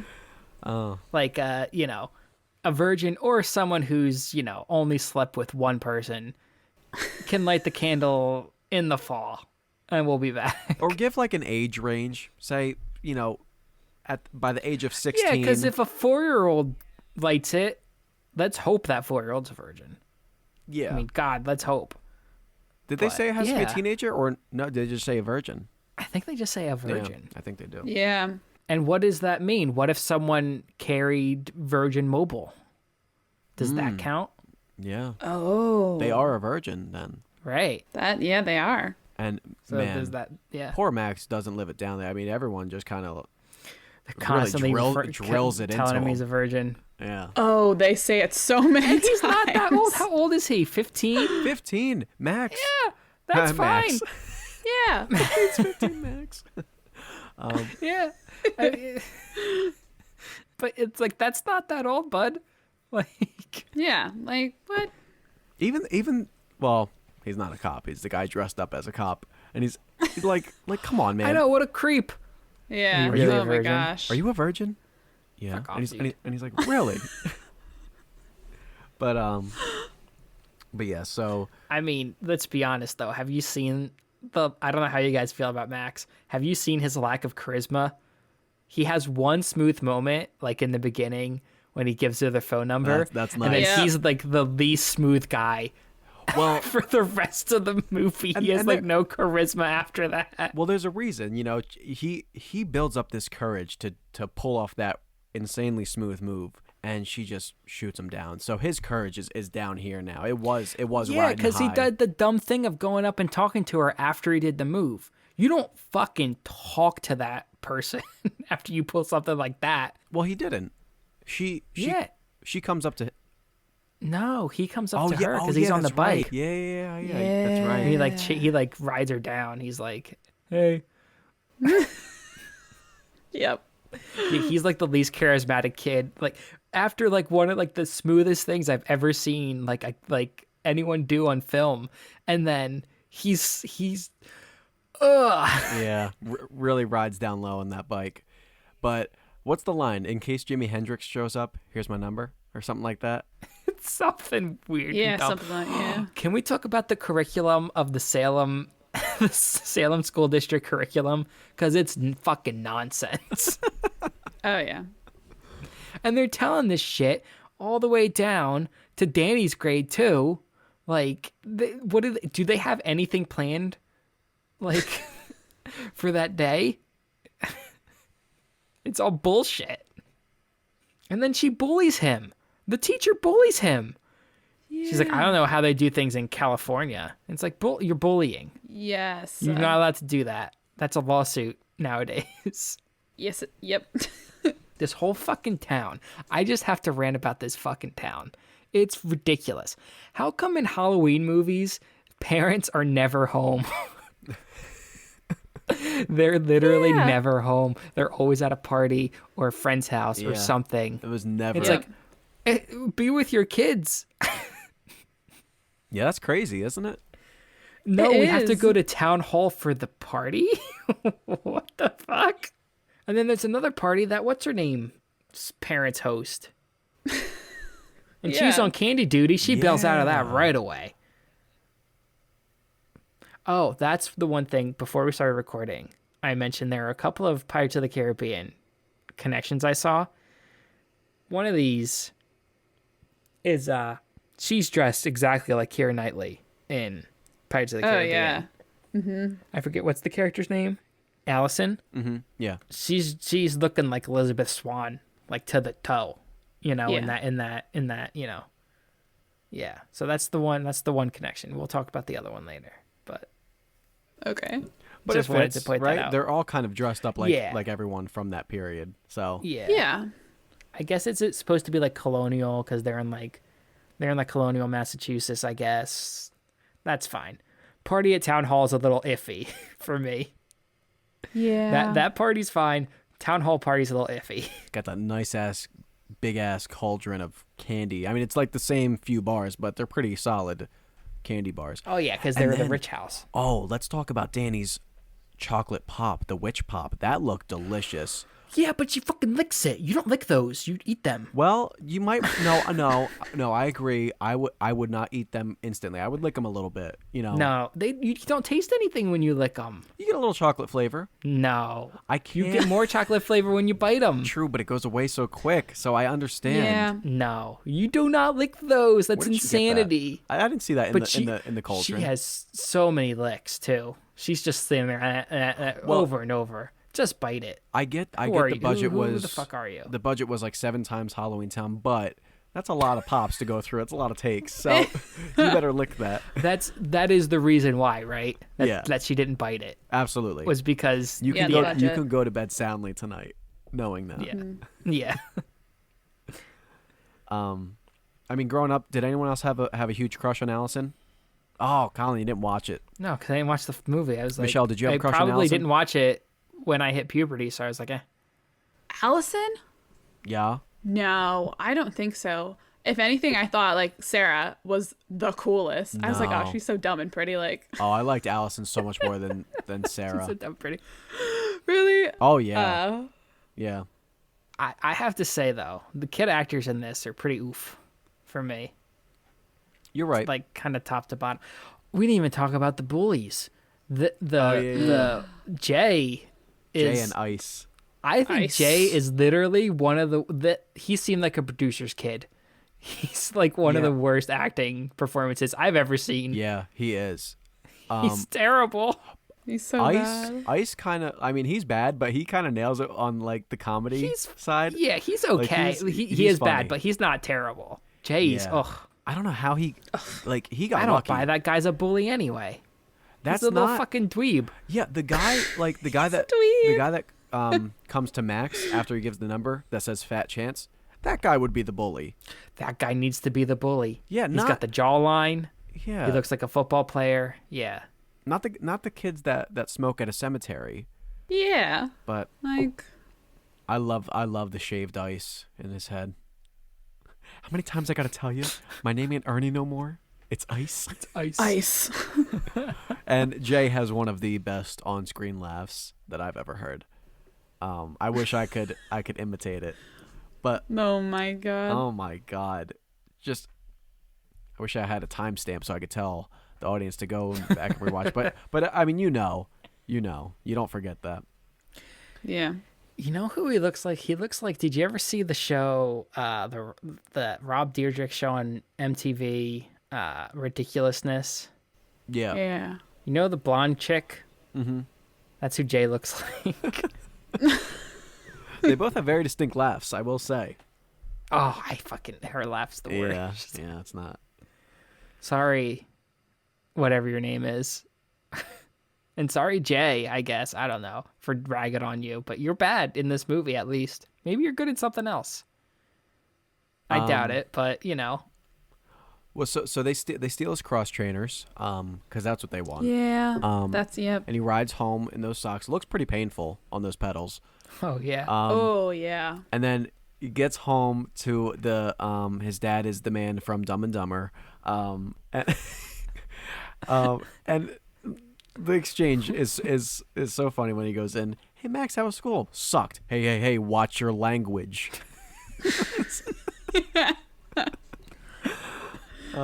And he has an awesome room. Let's be honest. I wrote, the stairs, room like, goes that's up to- sweet. I love when he gets pissed and he just like goes like up like the first part of it and he just sits just like Like he's in timeout or something.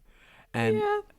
that part boils anyone's blood when she just walks a couple steps, looks up at him, and just screams at the top of her lungs. I mean, I never had a sister, so I don't know if that's... I never had a younger. I didn't have a Oh, younger yeah. sister. I had an older sister. Can't imagine that. I mean, that was truly awful. Yeah. Yeah, but we also have to talk about this movie again being horny. Comes in, starts humping the pillow blanket, whatever the fuck it is. Yeah. Oh, Allison. Talk Yes. about you're so Allison, you're so soft. And Oh then my and then God. Danny jumps on her and jumps on him and is like pretend I'm Allison or something. It's Yeah, like, that's a whoa, weird- What Yeah, is that was happening? Weird. Yeah, she says, "Kiss me, I'm Weird. Allison." I mean, Yeah. Oh, yeah, that is strange. So strange. oh. I love when Danny's like begging him to take her trick or treating, and all of a sudden he gets up and just starts slamming the drum set. He's an unreasonable fucking asshole. He just hates her for no reason. Which is Yeah. fair, but he busts out a good beat there, you know. Yeah, it does.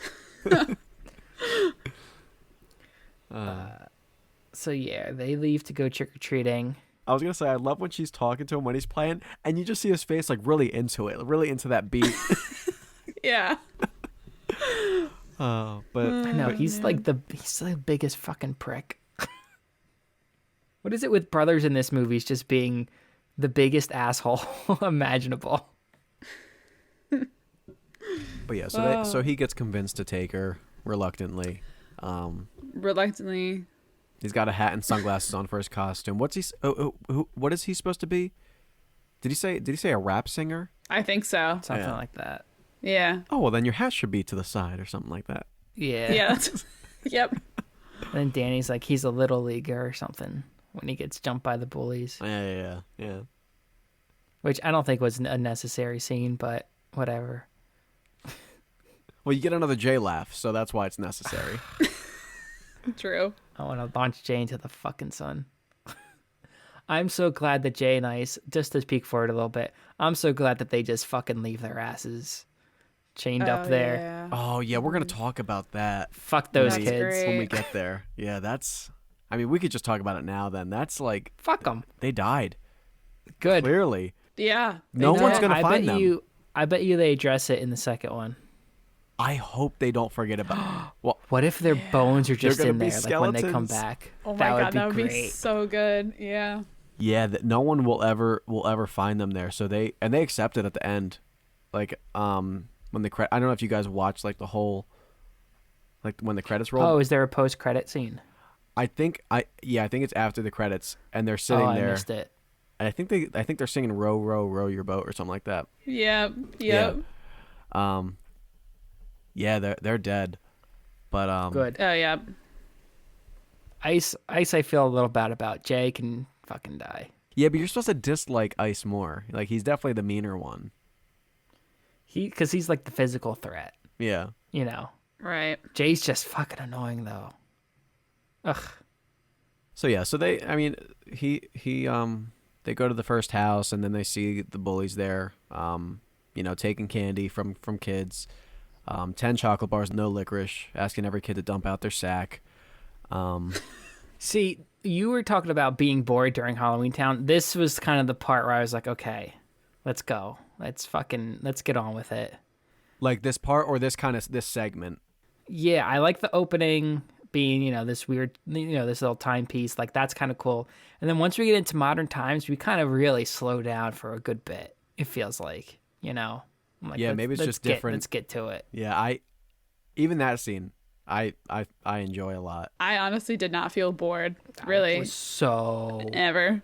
bored. Was there other parts throughout the movie, like even when the witches come back, that you felt bored? So, okay. I have fundamental problems with this movie. I don't know if you want me to get into them now or wait until we get there. No, go for it. Okay. There's a lot of running here, running back here, running over there, running back to the same spot. It's like they kind of end up where they start at the like from like the one point to like the end point, right? And like they kill the witches, but they're not really dead. So it felt like, to me, honestly, someone wrote an hour worth of movie and was like, shit, we need to pad this out for an extra half hour. Because once they defeat the witches, there's only like a few things that need to be wrapped up. There's no reason we need there's no reason they should have burned those witches. And like for this whole chunk of movie, we're thinking, oh, they're gone. Like, we know they're coming back. Don't fucking lie to me. Don't act like I'm in, like, we're moron. We know they're coming back. So a lot of that annoyed me with, we're running to this location. Now we're running back to this location. Now it just felt like a lot of meandering, and I get like the fish out of water stuff with the Sanderson sisters, right? I don't know. It was just some of this movie. I was just like, once they came back, I was like, cool, this movie's going to start picking up again. And then I feel like half an hour later, I was like, that's like, what are we doing here? Like, we're not doing anything. They're trying to get the book, but then I don't know. Well, you talk about after the book. It really after they get annoyed the me. book. They get the book, and then they're like all running around, and it's just like, I don't know. They go to they get the sister, and then they rescue the sister, and then they go back to the it's so back and forth to like the same sets and locations constantly, and it's really annoying for me. Yeah, I didn't. I mean, I didn't really mind that. I didn't think that hurt the movie for me. Even when they It just felt burn really them. repetitive, you know? Like a lot of this movie feels like I kind of feel like I've seen this scene already in this movie before. Like we're just doing okay. Are there any specific scenes that stand out that where they really like get repetitive? Well, yeah, I mean, cuz like they capture her like when they light the candle, right? They capture the sister and then they escape, right? And then they do it again later in the movie. So that's 3 times they've tied up a little girl in this movie already. And then they have the showdown at the graveyard. Well, no. When they first get the book, she's not tied up. She's not tied up, but they're like, "Oh, we're going to suck her soul out," right? Like it's like the whole thing is just it's too the same for me. Like I would have rather just fucking cut that last part when they go back to the house and just go straight to the graveyard. Like we don't need the house location again. Just go to the graveyard and have your final confrontation there. You know what I mean? Oh, you mean the final time when they actually like rope her up and they have the boys in the... Right. Just do that at the graveyard. Who gives a fucking shit? There's no reason we need to go back here. Well, I mean, I disagree because like their shit is there. You know, they mix their potion, right? So they I mean, yeah, but they can be like on the way there and then they get taken and then they're like, shit, we need to get our potion and then go after them. I think they wanted to do like a little nod to the beginning, kind of like mirror that, which I really don't mind because it's like the same situation as Thackeray was in. You know, the younger sister tied up in that same setting. Yeah, but he already has his moment where he saves her, like Thackeray does with the fire, with the lighter and the fire when he sets that off earlier in the movie. He kind of already has that moment, and then it's like, oh, we're doing this moment again. I don't feel I just don't feel like it feels the same as you do. It feels so the same to me. Like it's. I was pulling my hair out by the end of the movie, and then they went to the graveyard, and I was like, okay, finally something different. Thank God. You don't like the town hall part or the school part. Well, you definitely don't like the school part where they, you know, try to burn them. Yeah, what about the song? Yeah, because it doesn't go anywhere. Because they burn them and then they're like, oh, they're back now. That's fucking dumb. That's so dumb and lazy. It's like, they burned them. They burned them up. They're dead. Oh no, they're not. Oops. Like, I'm sorry. Okay, whatever. You can't expect them to try and like successfully defeat them their first attempt. So, you know, I don't mind. So don't play it like they do, is my point. So don't even play it like they do. Sort of a like, I don't know. I like that bit just because I feel like that happens. It's sort of a staple of like kids movies where they think they got him, but they didn't get him.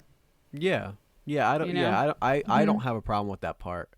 Is it a staple of kids movies? Or just like Disney movies in general. I can't think of any specific examples. But normally that's played like a minute later. They're like, oh, we got him. And then a minute later, you see like the hand come out. This is like they go to the fucking Friends fountain and they're like celebrating their win. And then 15 minutes later, it's like, oh, they're actually, and they just come back in like the dumbest way too. They just go back in the thing. And it's like, no, none of that's explained at all. Yeah, I guess they do. Like, it is usually like right after you find out they're not actually gone. But I don't know. Kept me on the edge. Honestly, no. So I don't think that part was done because had they not opened that book, those witches would have been dead. So them burning So them. it's another contrivance. It's just another reason to get them back in the movie. Don't take them out of the movie is my point. Why are you taking them out of the movie at all?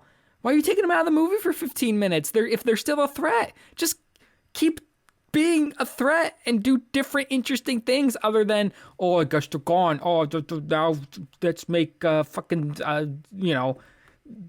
make Binks a fucking human again. No one gives a shit. I don't care if he's a human again. He's been a cat for way longer than he's been a human. There's a lot of critiques on this, like strict critiques, that I could have been also made for Halloweentown. I agree. No. What are you talking about? They don't do something like that in No, Halloweentown. no. Once they beat Halloweentown, they're like, pfft. No, Once they beat Calabar, they're like, dude's fucked. Not that they do this. I'm saying from your perspective. These issues seem very minor. They don't seem like... And I'll tell you why, because this is a full movie, and Halloweentown's a fucking Disney Channel original movie. Well, that's why. They're the same length. But there's $4 million, Josh. Come on. The amount of production and effort that goes into one movie compared to the other movie. And I think you can notice it. You know, yeah, of course you can notice it. You're not going to have. So you should also have a better script than what you have. When you're moving, I think you cut half hour out of this movie, out of Hocus Pocus, and it's better. Like, really? Honestly, yeah. Get your music part when she sings it and all that, and then it's like, let's go. I couldn't believe you're like, oh, I'm so bored during Halloweentown, and you're like, I'm not bored during Hocus Pocus, because after that scene, it's so fucking drags. It doesn't. First off, it doesn't feel that long that they're gone. In all honesty, like you get a lot of the movie with them, and because they're so entertaining compared to the characters in Halloweentown, that's why I don't feel bored in Hocus Pocus. And the whole devil scene goes nowhere. That's when they're like, it that's doesn't funny. go anywhere. It's in this. You have a kids movie. You don't always have to like be going somewhere. You know, I think that scene is kind of like just a funny scene. Yeah, and it's also like to show. It shows their stupidity, how lost they are. You know, in a very dumb way. We see so much of that in the movie. They don't know what a fucking road is. I think it's entertaining. Get it. They're naive and out of water. Like, I get it. They don't know how a bus works. I get it. Yeah, you gotta give up on that. There's a lot of repetitive things that work in a movie, though, like that are good. Not in like not in that way. Not in a lazy hackish way like in this movie, because it is. I think it's very lazy writing. I mean, guys, I'm not saying this is Oscar nominee worthy. No, and I'm not saying like Halloweentown is either. Like there's some serious Halloweentown fucking yeah, but there's also some fundamental problems with this one that I can't just be like, oh, it's repetitive, so it's fine. Because it works in other movies. Just because it works in other movies doesn't mean that it works in this movie. I guess because I didn't notice a problem with it. Maybe because I'm just too busy being entertained the whole time, or at least 80% of the movie, which is pretty high. Yeah, it was the same, Josh. I didn't notice either, but yeah, that probably. I mean, I don't know if it was, but it might have been also because I was just loving it. Do we like the town hall part, Colin? I think you said you didn't really care for it. No, I didn't say that. I like that part. Oh, I thought you said you had some things to say when they're at the about party. Yeah. No. I had the only thing I have to say about it is it's just a dumb idea for a Halloween party to be taking place at a town hall. Like that's just kind of dumb. The whole sequence itself is fine, but the whole concept of holding a party at a town hall for just adults on Halloween, like all the adults are there. It's so dumb. That part's dumb. When I was a kid, the cop scene, I'm trying to think how long it took me to realize that wasn't like that was just a man dressed up as a cop. Even though he says it, thought I was a real cop. I thought he was just like kind of joking when he said I thought it was a real cop until like I don't know. I can see being like a trusting kid being like, oh, a cop's always dressed up like a cop. I love the song, or the songs in the movie. I completely forgot that they sang, so that was... I don't like Sarah Jessica Parker's song. That one's not nearly as good, but... The song... I like the song. I like when she sings it in the beginning, because it's creepy. When she sings it at the end, it's a little hokey. But, no, the Bette Midler, put a spell on you. That's pretty iconic. It's fantastic. The mom is Madonna, and the dad is Dracula. What an odd pairing. Shouldn't you go? Don't you when you don't couples? Shouldn't you go theme together? Yeah. Like you could be Madonna, he could be I don't know. Fucking Michael Jackson. Maybe not. Maybe you don't want to be Michael Jackson. Maybe. Well, you know what I mean. Or like she could be a female vampire or something. That was. Don't isn't that a thing? Don't couples normally go to parties themed together? Yeah. I'm Madonna. Yeah, they're not completely out for themselves. Again, the fucking Madonna outfit. This movie's too horny. Yeah, they for a kids movie. They look like protruding cinnamon buns. They almost poke him in the eye. They do. Oh, they do almost poke him in the eye. I feel like when she turns the corner, she almost whacks her kids in the face with them. Yeah. Well, we haven't even talking about Billy. Yo, imagine how much that breath is kicking. No wonder they sew his mouth shut. That probably That's still the stinky cheese. That doesn't smell as bad as the stinky cheese still. Like I would take Billy's breath over the stinky cheese. Oh God. His head gets knocked off. Yes, and Pirates of the Caribbean link. And the second one, do you guys remember the shell guy with the head? Head gets knocked off.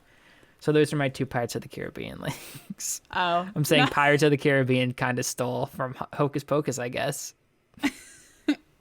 Oh, wait, Colin, what were some of the other lines you liked from Winnie? Did you like the hell line? I've been to hell. I found it quite lovely. Yeah. Yeah, that was pretty good. We didn't talk about the horny bus driver much. Oh yeah, Babbo. Babbo. He's so gross. I call it a bus.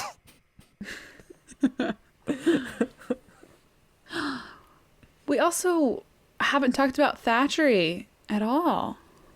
Wait, Thackeray. Binks. Sorry. Thackeray. Binks. Thackeray. She fucking calls him something. Thackeray. The cat. I think he's great. Gets fucking run over by the bus, and then he's like, I'm fine. That was sad. I was back up. up. Sad. It was sad for a split second. Mm-hmm. And the way that he like inflates is like oh my God, yeah. Oh yeah, we didn't even talk about Mary's ability. She could smell children. I know. Smell kids. Ugh. And the lobster is like too strong of a smell for her to overtake. What restaurant keeps their lobster just in the back alley next to the garbage? Like what? Who made that decision? That restaurant manager needs to be fired. Yeah. But Jason Marsden does the voice of Binks. I'm not sure why they changed the voice. Because Jason Marsden does the voice for Binks as the cat, but it's a different dude when he's a kid. Oh, it's not the same? No. They keep the same like It's James Marsden drifting in and out of like an old New England accent constantly through the movie. I just have written down here, and I don't know how you guys feel about this criticism, in all caps, just get a gun and shoot them. That would take care of all your problems. Yeah. Okay. One of my biggest problems, and I don't know if they explain this and like I miss it, but just fast forwarding to the end, like jumping there for a second, when they do like the spell, when she sings the song and all the kids start flooding to their house, why don't they just go for those kids instead of following? Yeah, because she's so fucking vain and prideful. Yeah. Because she that's called her what ugly, so she wanted her. Yeah. So I'm going to risk my life to make a point. Yep. Yeah, I also felt that kind of doesn't go anywhere. Like all the kids go in there, it's like, at least just take one of the kids to buy yourself some time. Right. You'll get there. Yes. You'll get Danny. You actually have more of a chance. You'll fuck them up. Yeah. Yeah, that was my biggest issue. I was like, doesn't make sense. I also, again, to jump to the end, when listen, dude, you got to drop from that broomstick. You might break your legs, but it's better than getting your soul sucked out. When he's hanging on to her broomstick, just drop, man. I mean, she's just gonna get him again. So yeah, but you might as well not break your legs. Yeah, but you're trying to run out the clock, right? You're trying to run out the clock for the sun to come up. Yeah, hanging on to that broom doesn't help. Yeah, but you're not gonna run out any clock when you can't run away when she just comes back down and gets you. What you do is you yell to Allison, "Get that fucking salt ready, babe." Yeah. And then you break your legs, and then you just sprinkle a bunch of salt around your broken body. He's a man of his word. Okay, so he said he drank it. And he said, "Now you got to take me." He wasn't gonna cheat her. If he, Yeah. it kind of reduces his heroic act. He's got to go through with it. He can't just fall off. He can't jump off. You need to go, and he knows that. He's an honest man, Colin.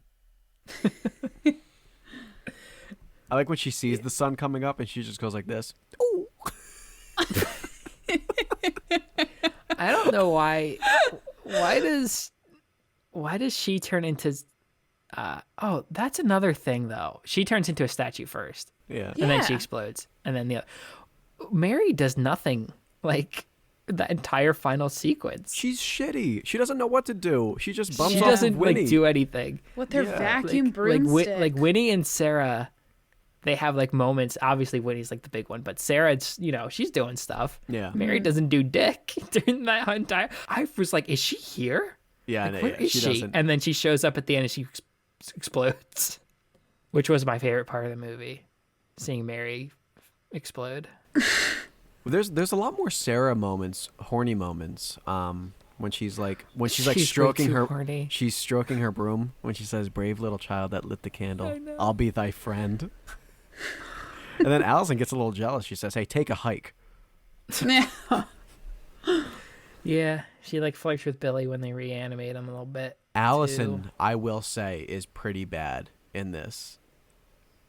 I mean, I think so. I think she's visibly bad. I think Danny's really bad. She which is. I guess she's but younger, but Yeah.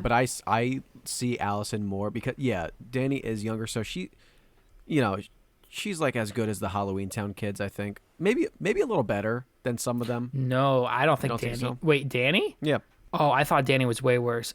She might be comparable to Sophie, yeah. but No, that could better just than be a little Sophie. kid thing. Better than Sophie.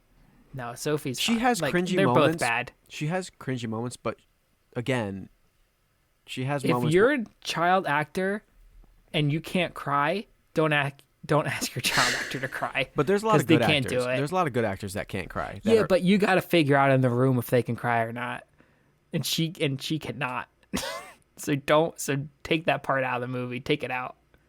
When she just fucking lies down on that hay that's outside of the house. that's bad. But the end, she cries. She does cry at the end. yeah, but It's not good. Clearly better than when she first tries to cry. No, she has some guess. decent moments. but I wouldn't put her above the other two kids in Halloweentown. Maybe not Marnie, but I would above Dylan. Dylan as a character pisses me off. I love the chemistry between Marty and Dylan in Halloweentown. Chemistry, sure, but There's no chemistry between Max No, not and at all. anyone in this movie. not yeah. at all. Not at all. Like I said, he's the most uncharismatic kid in the world. He's such a little piss ant. But Danny actually does have some energy and a little charisma. She's not dull. Like, I mean, Yeah. I thought get. she was really bad. Listen, she's not great, but my God, she's 7 years old. She's pretty decent for a 7-year-old. Like compared to Well, then Sophie, you gotta give props to Sophie then. Sophie doesn't do anything. At least Danny. Sophie's only 7. Sophie has the great line, "I really want cookie." Yeah, that's it. At least Danny has a lot more to do than Sophie. Are you kidding me? All Sophie does is say, That "I want doesn't that mean cookie." that she's good. Also, no, but she has some parts where she's good. All Sophie does is say, "I was pretending." Think That's anything it. she does is good. I don't think she's good at all. Compared to Sophie, I don't she know is. what movie we're watching. I thought Come on. thought outside of Bette Midler and Sarah Jessica Parker and the bus driver guy, I wasn't impressed with much of the acting in this movie. Oh, not That's Satan? not true. That's not true. I was gonna say, is it Gary and Penny Marshall as the devil and as Satan and Medusa and the woman they think is Medusa? As much as I think the scene is dumb and doesn't go anywhere, I feel like they almost steal the movie for me, and they're barely in it. Like there's kind of like a cut above like those like actual like professional actors, and then like Max and Allison. You know what I mean?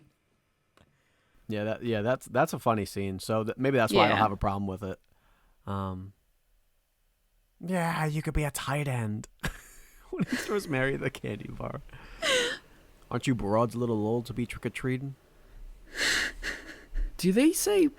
I feel like they say broads a couple times in this movie, don't they? Or am I imagining that? They might. I can't remember. Yeah, I feel like they say it at least another time. Yeah, I think so too. I like when Ernie and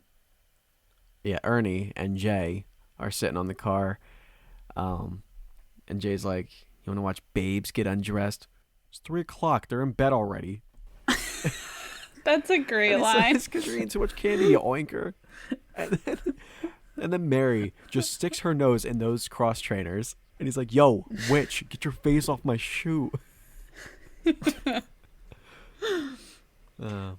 Yeah, I do have to say this. I mean, the dialogue in this movie is clearly way better than Halloweentown. Okay. Like, let's just be honest. I'm glad you said that much. Like, at least the dialogue is, like, felt like it went through a couple drafts. Like, sometimes in Halloweentown. In fact, it's funny that, because there was, like, a really good line in Halloweentown where she says, "Bury your head in the sand of this mortal world of yours." I was like, wow, what a cool line.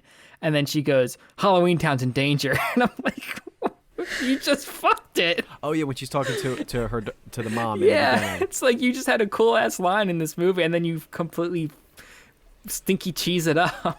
Okay, so all right, yeah. So when you said this script was really bad in Hocus Pocus, I at least was saying I hope you don't think the dialogue. The dialogue is fine. It's okay. Just I don't like the story structure of this movie at all, and that's gonna be bad. That's gonna take off points for me. And also the horniness for a kids movie also takes off points for me. I'll be honest, because you can be a little horny, I guess, but come on. There's way too much. Sarah Jessica Parker's exuding way too much sexuality for a kids movie.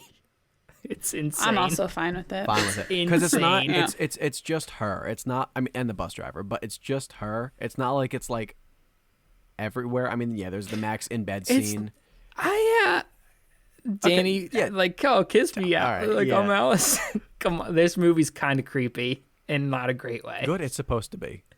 No, but not in like a good, like, scary way. Creepy in like a. There's also a moment where the dad is touching Danny a little, like there's some bad touching going on there. I did not when they meet up at the when they come to the party or whatever. There's some he's a little handsy with the little girl, like in a bad way. All right, well, don't read into it too much. What? Are you? No, I don't like remember you need that. to rewatch that part. Is it It's really bad. It's noticeable? not good. It's pretty Oh no. No, I don't like Yeah. that. Yeah, I don't like that's that what either. I'm saying. You guys are watching this with your rose-tinted glasses. This movie's so fun. There's creepy bad times in this movie. That's fine.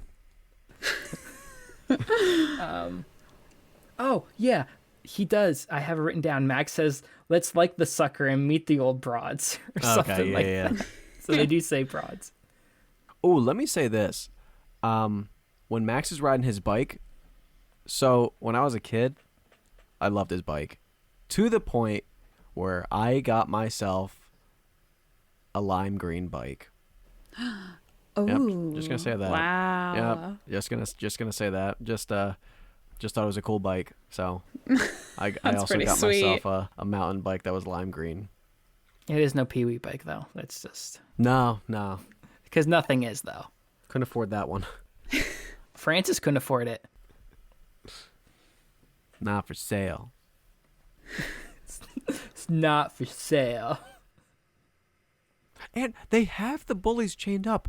Just suck their soul They are out real just, they quick. just suck their asses out. Yeah. But you know what? They just want to chain them up. They don't. They just want to torture them. I get it. Sure, that's fine.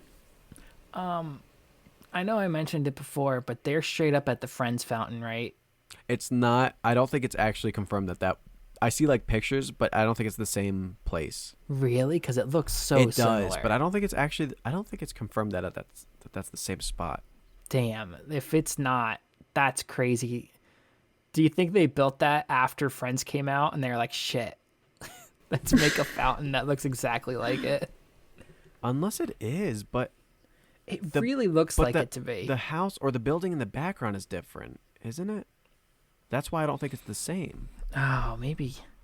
But then there's articles that say that it is, but it's a different building, I thought. Never mind. It I think it is. Yeah. Yeah. Wow. Yeah, because it's a different angle. So that one building with the 3 windows is a little bit more to the left there. Yeah. Maybe I missed it. Why do the Sanderson sisters show up at the party? I know they're looking for the book, but how do they get led there? Does Mary just smell them? That's what I was thinking. Did she smell them? Maybe. I would, because that's what I would assume as well. But she also just kind of smells children in general, doesn't she? Yeah, but there's no kids in that town hall. Yeah, but there are kids I'm wondering how they got to that point to begin with. Well, doesn't she find the shoes? It was like she finds the shoes and like sort of uses them as like a police dog, like sort a of dog. Yeah. Yeah, I'm trying to remember the scene before that. Was that when they? No, it wasn't when they ran over. Isn't that when they run into the bullies though? Isn't it? No. What, the witches? How did she get the shoes? They're sitting on the car, right? And they run into them. That's way after. That's the town way hall. after, because then they take them. Oh, is it? Yeah. Okay. Yeah. So they kind of just show up. Yeah, I guess they just appear. And then you get to the lobster. They run out, they leave, and then they get to the lobsters outside in the alley. It also makes me mad when they're trying to explain everything to people, to adults, and they're like, and the cat talks, and they're like, "You're crazy." And it's like, Binks, this is your fucking time to talk. Oh, what are you doing? Yeah. I know. Speak up, my guy. Ass. He's kind of a dirt. He's kind of a dirt bag for doing that. You could make their lives so much easier. If you just said something. I also love that they shut down the Sanderson house, the museum, right? But they still kept their inventory of Zippo lighters fully stocked. Yep. Max thinks he's hot shit when he lights that thing on his leg. Yeah, he does. So let's see. I mean, we kind of went all over the place. We get the reveal that Billy actually fucking hates them. And that him and Winnie were fucking, and he was messing around with her sister Sarah. Mm-hmm. The salt thing kind of, I don't know. That kind of comes out of, that seems like, that kind of comes out of nowhere. It's just kind of, salt. Kind of like a written Yeah, rule it does. in there. Yeah, like they should have set that up earlier, you know? Like they should have set that up. Even in the beginning, maybe. In the beginning, or like their first, even like their first encounter with them, even. Or like a later encounter with them. I don't know. They just read it in a book. They just read it in the book. And they're like, oh, salt. She takes a big old can of Morton's. Oh, J.K. Rowling stole from this movie, clearly. The Dementors. They're just sucking souls out like the exact same way. Yeah. So does Billy die at the end, or does he just go to sleep? I think they just like... He just goes back to rest. Yeah. That's fucking crazy. But he's exhausted too. I mean, he passes out. That's nuts. He does. I really like the ending though. It's so sweet. What a sweet little... And you got turns into a force got ghost. that nice ass track again coming in. I mean, it's a different one, but... Yeah, but they have to make another reference to him being a virgin at the end of the movie, too. That kind of ruins it. Like, just have the sweet moment of them walking away, and then he's like, also, little sis, if you didn't know, Max doesn't fuck. Just a little comedy moment. Yeah, I mean, I'm sorry, Emily. I had to wait 300 years for a virgin to light a candle. By the way, everyone, Danny is the daughter in American Beauty a few years later, which is crazy to think. Yeah. But definitely learns a little bit more in acting. Definitely gets better. Oh, it gets a little bit better, I'd say. But did Max go on to do anything? No. No. I wonder why. Yeah, no one did. Except for, like... The main three. Yeah. The three sisters, yeah. I mean, I guess the dad got a role in Dumb and Dumber the next year, so, that's something. Hey, there you go. Oh my God. That guy that plays Jay doesn't even have a Wikipedia page. Yeah. He barely has, like, an IMDb page, I think. Oh, man. Oof. I wonder how Ice has been lately. Whoa. Oh my gosh, he's in Walk the Line. Oh my gosh, he's in his band. Who, Ernie? Walk the Line. Yeah. I didn't see it. Oh, Walk the Line's fucking great. Huh. Good for Ice. I always knew he was the better of the two bullies. I wonder if he still has ice shaved into it. If he asked the barber to, hey, can you Keep shave it. ice in the back of my head Yeah. for old time's sakes? Any other moments that stick out? Or anything we liked or hated additionally? Why couldn't they go into the graveyard the first time? It's just like Or they just witches. decided not to. Witches can't step on the graveyard ground or something like that, right? It's like a rule. But didn't they have their brooms? Or did they not have their brooms at that point? I don't think they had them. Oh. Okay. Well, just one more thing. They talk about school being a prison for kids, and it's like, pretty sure they had school back then. School's been around forever. Right. So yeah, do we want to get into final thoughts and kind of grade these suckers? Yes. Let's do it. Let's take one movie at a time. So I can go first on Halloweentown. Sure. So out of 95, I'm gonna go 49 out of 95. Enjoyment level fully. If it's fully enjoyment, it would be a little higher, but I'm trying to do my best to find that line between, 49 for Halloweentown. Okay. I like this movie. I didn't like it as much as I thought I would, but it was still enjoyable. I watched it again. Gave it 61 out of 97. Nice. 61. Yeah, I liked it. Again, I don't know. It's a TV movie. Feel like you have to grade it on a curve a little bit, but I liked some parts of it. Was there disappointment, Colin?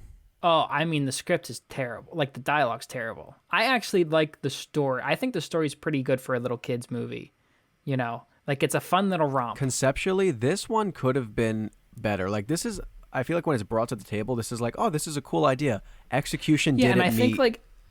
I think they lay out a lot of different things. Like, they lay out, set up and pay off a lot. I like that they kind of nail the brother-sister dynamic. Luke sucks. Stinky cheese. Makes my skin crawl. Can't get over that. I'm giving it a 55 out of 94. So I'm kind of splitting the difference between you two. Cool. That's fair. Cool. Yeah, cool. I'm so excited to hear, because Colin's always a little tough. He tries to be as vague as he can, like what he likes more than the other. Kind of brings out good and bad points of both things. I don't think I made it that much of a secret what I feel like. Because I think there's really good and bad points for both of these. Yeah, absolutely. Do you want me to give my Hocus Pocus score first? Go for it. Okay. So I have a score written down here. I don't know if I agree with it. I really don't. If you don't stick with it, can we hear what it was? It's not like a huge difference. I know where this is going with you two. I know you both like Halloweentown less. I know that they're different. It's tough because I have a higher expectation for Hocus Pocus because it's like a real movie, right? Halloweentown's not a real movie. You know, it's not. Let's just be honest with what it is. It's not a real movie. Hocus Pocus is. It has huge stars, you know, big names and stuff in it. Debbie Reynolds like isn't a huge fucking name in 1996 or whatever, this 1998, whatever this fucking movie came out. So my expectations for Hocus Pocus are higher, and they're like, I just have some serious structural issues with this movie. I'm gonna give it a 48 out of 94. All right. I mean, yeah, I kind of saw that coming. I knew it was Yeah. definitely going to be lower than Halloweentown. Colin, It's not that much lower though. what would you I give think it? they're pretty comparable. Let's say they're both TV movies. Would Hocus Pocus get a higher rating than Halloweentown? Well, Hocus Pocus would be worse No. than what it is. Let's say it's the same movie. I can't do that. Let's say Halloweentown was a theatrical release. No, because then it would have been a better movie. There's bad movies that get theatrical releases that are on par with that or Sure, worse. but a lot of the issues with Halloweentown are probably they shot it in 27 days because it was a fucking TV movie. They got the guy from who directed that one? Some nobody. Who directed Halloweentown? Dwayne something, who did the 13th year. Right. Like they got that guy. It completely changes the movie. But is my point. But I'm saying if it's the same movie, but just a different, Well, then my expectations for Halloweentown would be lower. well, they'd be higher if it was theatrical. I'm sorry, they would have been higher. So But- so you would grade it like it would be lower then. Yeah, because I'm not grading it on the TV movie curve, but you have to. I feel like you have to do that. That's fair. Because it's like It got a curve for me. yeah, it still got a curve. Yeah. yeah, but it's like Are they yeah. more? Looking at it from without expectations, without budget? I'm saying just as like, is it more on the same rating? Would they both get 48s? Would Halloweentown be a little lower? I have no idea. I honestly don't know. I think I enjoy watching Halloweentown a little bit more than Hocus Pocus, even in its current iteration. So they'd probably still be close, but I would assume Halloweentown would be a little bit higher, personally. I'd be amazed if Hocus Pocus ever went beyond Halloweentown, judging from how much you hated it growing up. I just think there are serious, yeah, I've said it how many times. I think there are serious structural problems with the Hocus Pocus entire story, and I think one of the main three characters is fucking terrible. I think she's so bad. So yeah, that's my score. 48 for Hocus Pocus. You want me to go next, Michelle? Yes, please. Okay, no problem. I'm so excited to hear yours. Yeah, so I can't rate this on enjoyment. My rating would be way too high. I have to find that balance. So I have 62 for Hocus Pocus. You know, I have to be honest with the movie. It's better than Halloweentown. I think more just in like the stars alone, which yeah, it has a bigger budget. So, you know, it's has that edge on it. I'm still going to look at it from that perspective cuz there's still kids audience. But yeah, Bette Midler really drives this movie. Very funny and very enjoyable and a lot more than Halloweentown for me. So yeah. 62 out of 95, which, you know, if you look at it that score out of 100, it's going to be a little higher than that, so everyone calm down. But yeah, Michelle, you're up. All right. Yes, I think this is miles better than Halloweentown. I loved watching this movie. I thought it was fantastic. I honestly went into it thinking that I wasn't going to like it. So maybe that is swaying my opinion a little bit, how much I enjoyed it, how great I think it was, how Halloweeny it was. Like, I just love so much and mostly everything about it except for like a few little errors that I'm not a big fan of. So I gave it an 84. All right. Holy, 97. oh my God. You gave this higher than Pee-wee? Are you fucking kidding me? I liked it better. Like, I'm disgusted. I can't wait to watch this again. You cannot sit here and tell me that Hocus Pocus is a better movie than Pee-wee's Big Adventure. That's oh my No, god, I I'm think disgusted. I think she's taking enjoyment a lot into consideration, which is fine. Everyone has their am. different scales. It holds up real well. Before I add this up, I have to say something. There is no Metacritic score for Halloweentown. Fucking shocker. There are, however, Rotten Tomatoes scores. I don't want to hear about it because I already know what it is, and it's insane. It is. I've Hocus seen 'em. Pocus, 38%. Yep. Halloweentown, 80%. Yeah, that's Granted, there are crazy. only 5 reviews for the Halloweentown one. It's crazy. I don't get it. But the audience score has a bit of a bigger sample size. Halloweentown, 72%. Hocus Pocus, 71%. Oh, okay. And it's funny because that is the only spot I have ever seen Halloweentown above Hocus Pocus. If you look up like Halloweentown versus Hocus Pocus, you will almost never see Halloweentown win. Halloweentown, more or less, like it usually becomes more of a disappointment as people get older. And with Hocus Pocus, I almost feel like people like it more as they get older, or Yeah. or it stays the same. I mean, Michelle thought she wasn't gonna like it, so Fucking horrible. hey, I mean, Love- when they I loved said it. when I said Fucking- 62 oh for my Hocus God. Pocus, and I saw Michelle's reaction, I was like, she's going at least 77 on this. I was like, at least high 70s. I was shocked. That's literally one of the highest things we've scored on the show. Like, that blows my mind. Love it. I And love it. Michelle, I love that you Oh my stuck. God. I I love that kind you of want to stuck lower with it. my score now. Yeah. I was going for it. I'm Ah. so upset. Man, it's I'm so great. upset. I want to see what Michelle's is on a real scale. Okay, it's an 86.5. Yeah. All That right. sounds about Hocus right. Pocus. So Hocus Pocus wins the matchup with the 67.83% to Halloweentown's 57.69%. Let's go. Wow. What was Hocus 10% Pocus? higher. 67.83 total. Halloweentown 57.69%. All right. Okay. Way to go, I'm Hocus just- Pocus. Yes. I'm disgusted. I was shocked Michelle's was that high for Halloweentown. I was like, oh man, I can't wait to hear this Hocus Pocus rating then. I was pretty generous with Halloweentown, but I still think Halloweentown's pretty great. But Hocus Pocus is, I mean, it was so much. I could not believe how much better it literally was. going to be one of the highest things you've ever rated on the show. I hope you have come to this realization I stand with that an it. 84 It's great. is I know. literally like I thought I loved Hocus Pocus.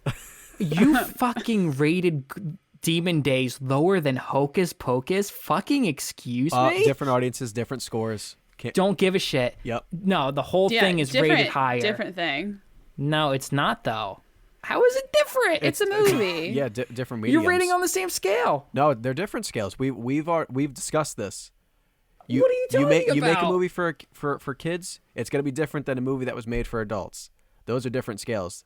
Hence why Goosebumps got that high of a rating. If I rate that on a show scale, on a Breaking Bad or Mad Men scale, right? Yeah. It's not going to come close to It's that. not the same. Yeah. It goes for something like if you're rating food, it's not going to be the same scale.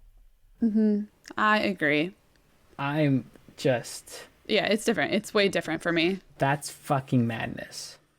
That upsets me on a personal level. I really loved it. Can't lie. As you should. Yeah. As you should. This is the scariest thing to happen. I'm so happy. Me too. You know what I'm happy about? I'm not buying fucking either of you candy. Wait, Colin, what's your favorite candy? Yeah, we gotta know. He doesn't want to say it. He's too upset. That's okay. It's fine. Colin seems like a Milky Way guy. Fuck that. Oh, no, Milky Ways are I good. do like frozen Milky Ways a whole lot. Way more than frozen Snickers because the peanuts and the Snickers get too hard and they break your teeth. Frozen Milky Ways are pretty dope. 100 grand. Good. Yeah. Not my favorite. Oh, that's up there for me. I would guess Bunch of Crunch. That's my favorite movie candy. Snow Caps. Okay. No. Is it chocolate or fruity? It's chocolate. I'm a chocolate boy. Okay. Raisinets. No. Snickers. Did we say that already? It's not Snickers. Although Snickers is great.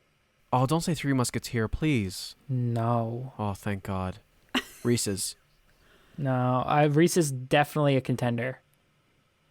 Is it Butterfinger? I do love Butterfinger, but it's not that. God, I love the way the Butterfinger gets stuck in your teeth. Classical so- Hershey It's bar. my favorite thing. Hershey bar? No, Nah. no. Oh, no. No, you go Symphony if you go Hershey Bar. Ooh, Let's let that I do be like a known. symphony. Yeah, that hits so different.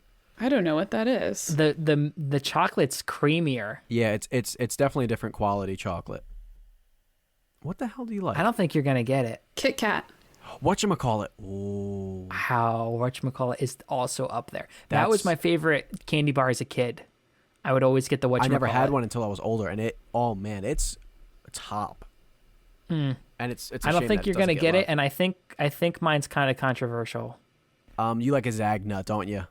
No, What? Mars bar? Don't say I've almond never had a Mars joy. bar. I don't know what that is. No, it's A not Mounds? Almond Joy. No, A they're the Mars same bar. thing. Just with no, I've never had a Mars bar. The hell is Colin like?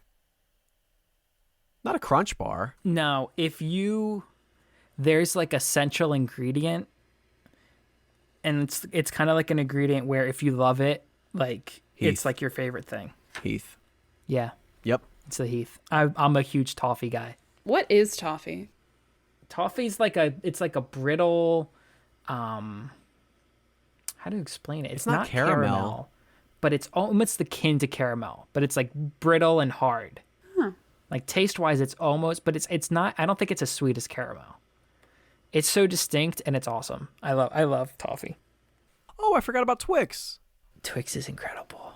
I think Twix is the perfect candy bar. I like Heath more because I like toffee more. But if you're like everything you want in a candy bar, it has cookie, caramel, chocolate. That's how do you beat that? It's kind of like a Milky Way. Just replace the cookie with the nougat. Yeah, just make it better. I like Milky Way more than Twix. Really? Yeah, I do. Wow. I definitely 100 grands. 100 grands. My second favorite candy bar.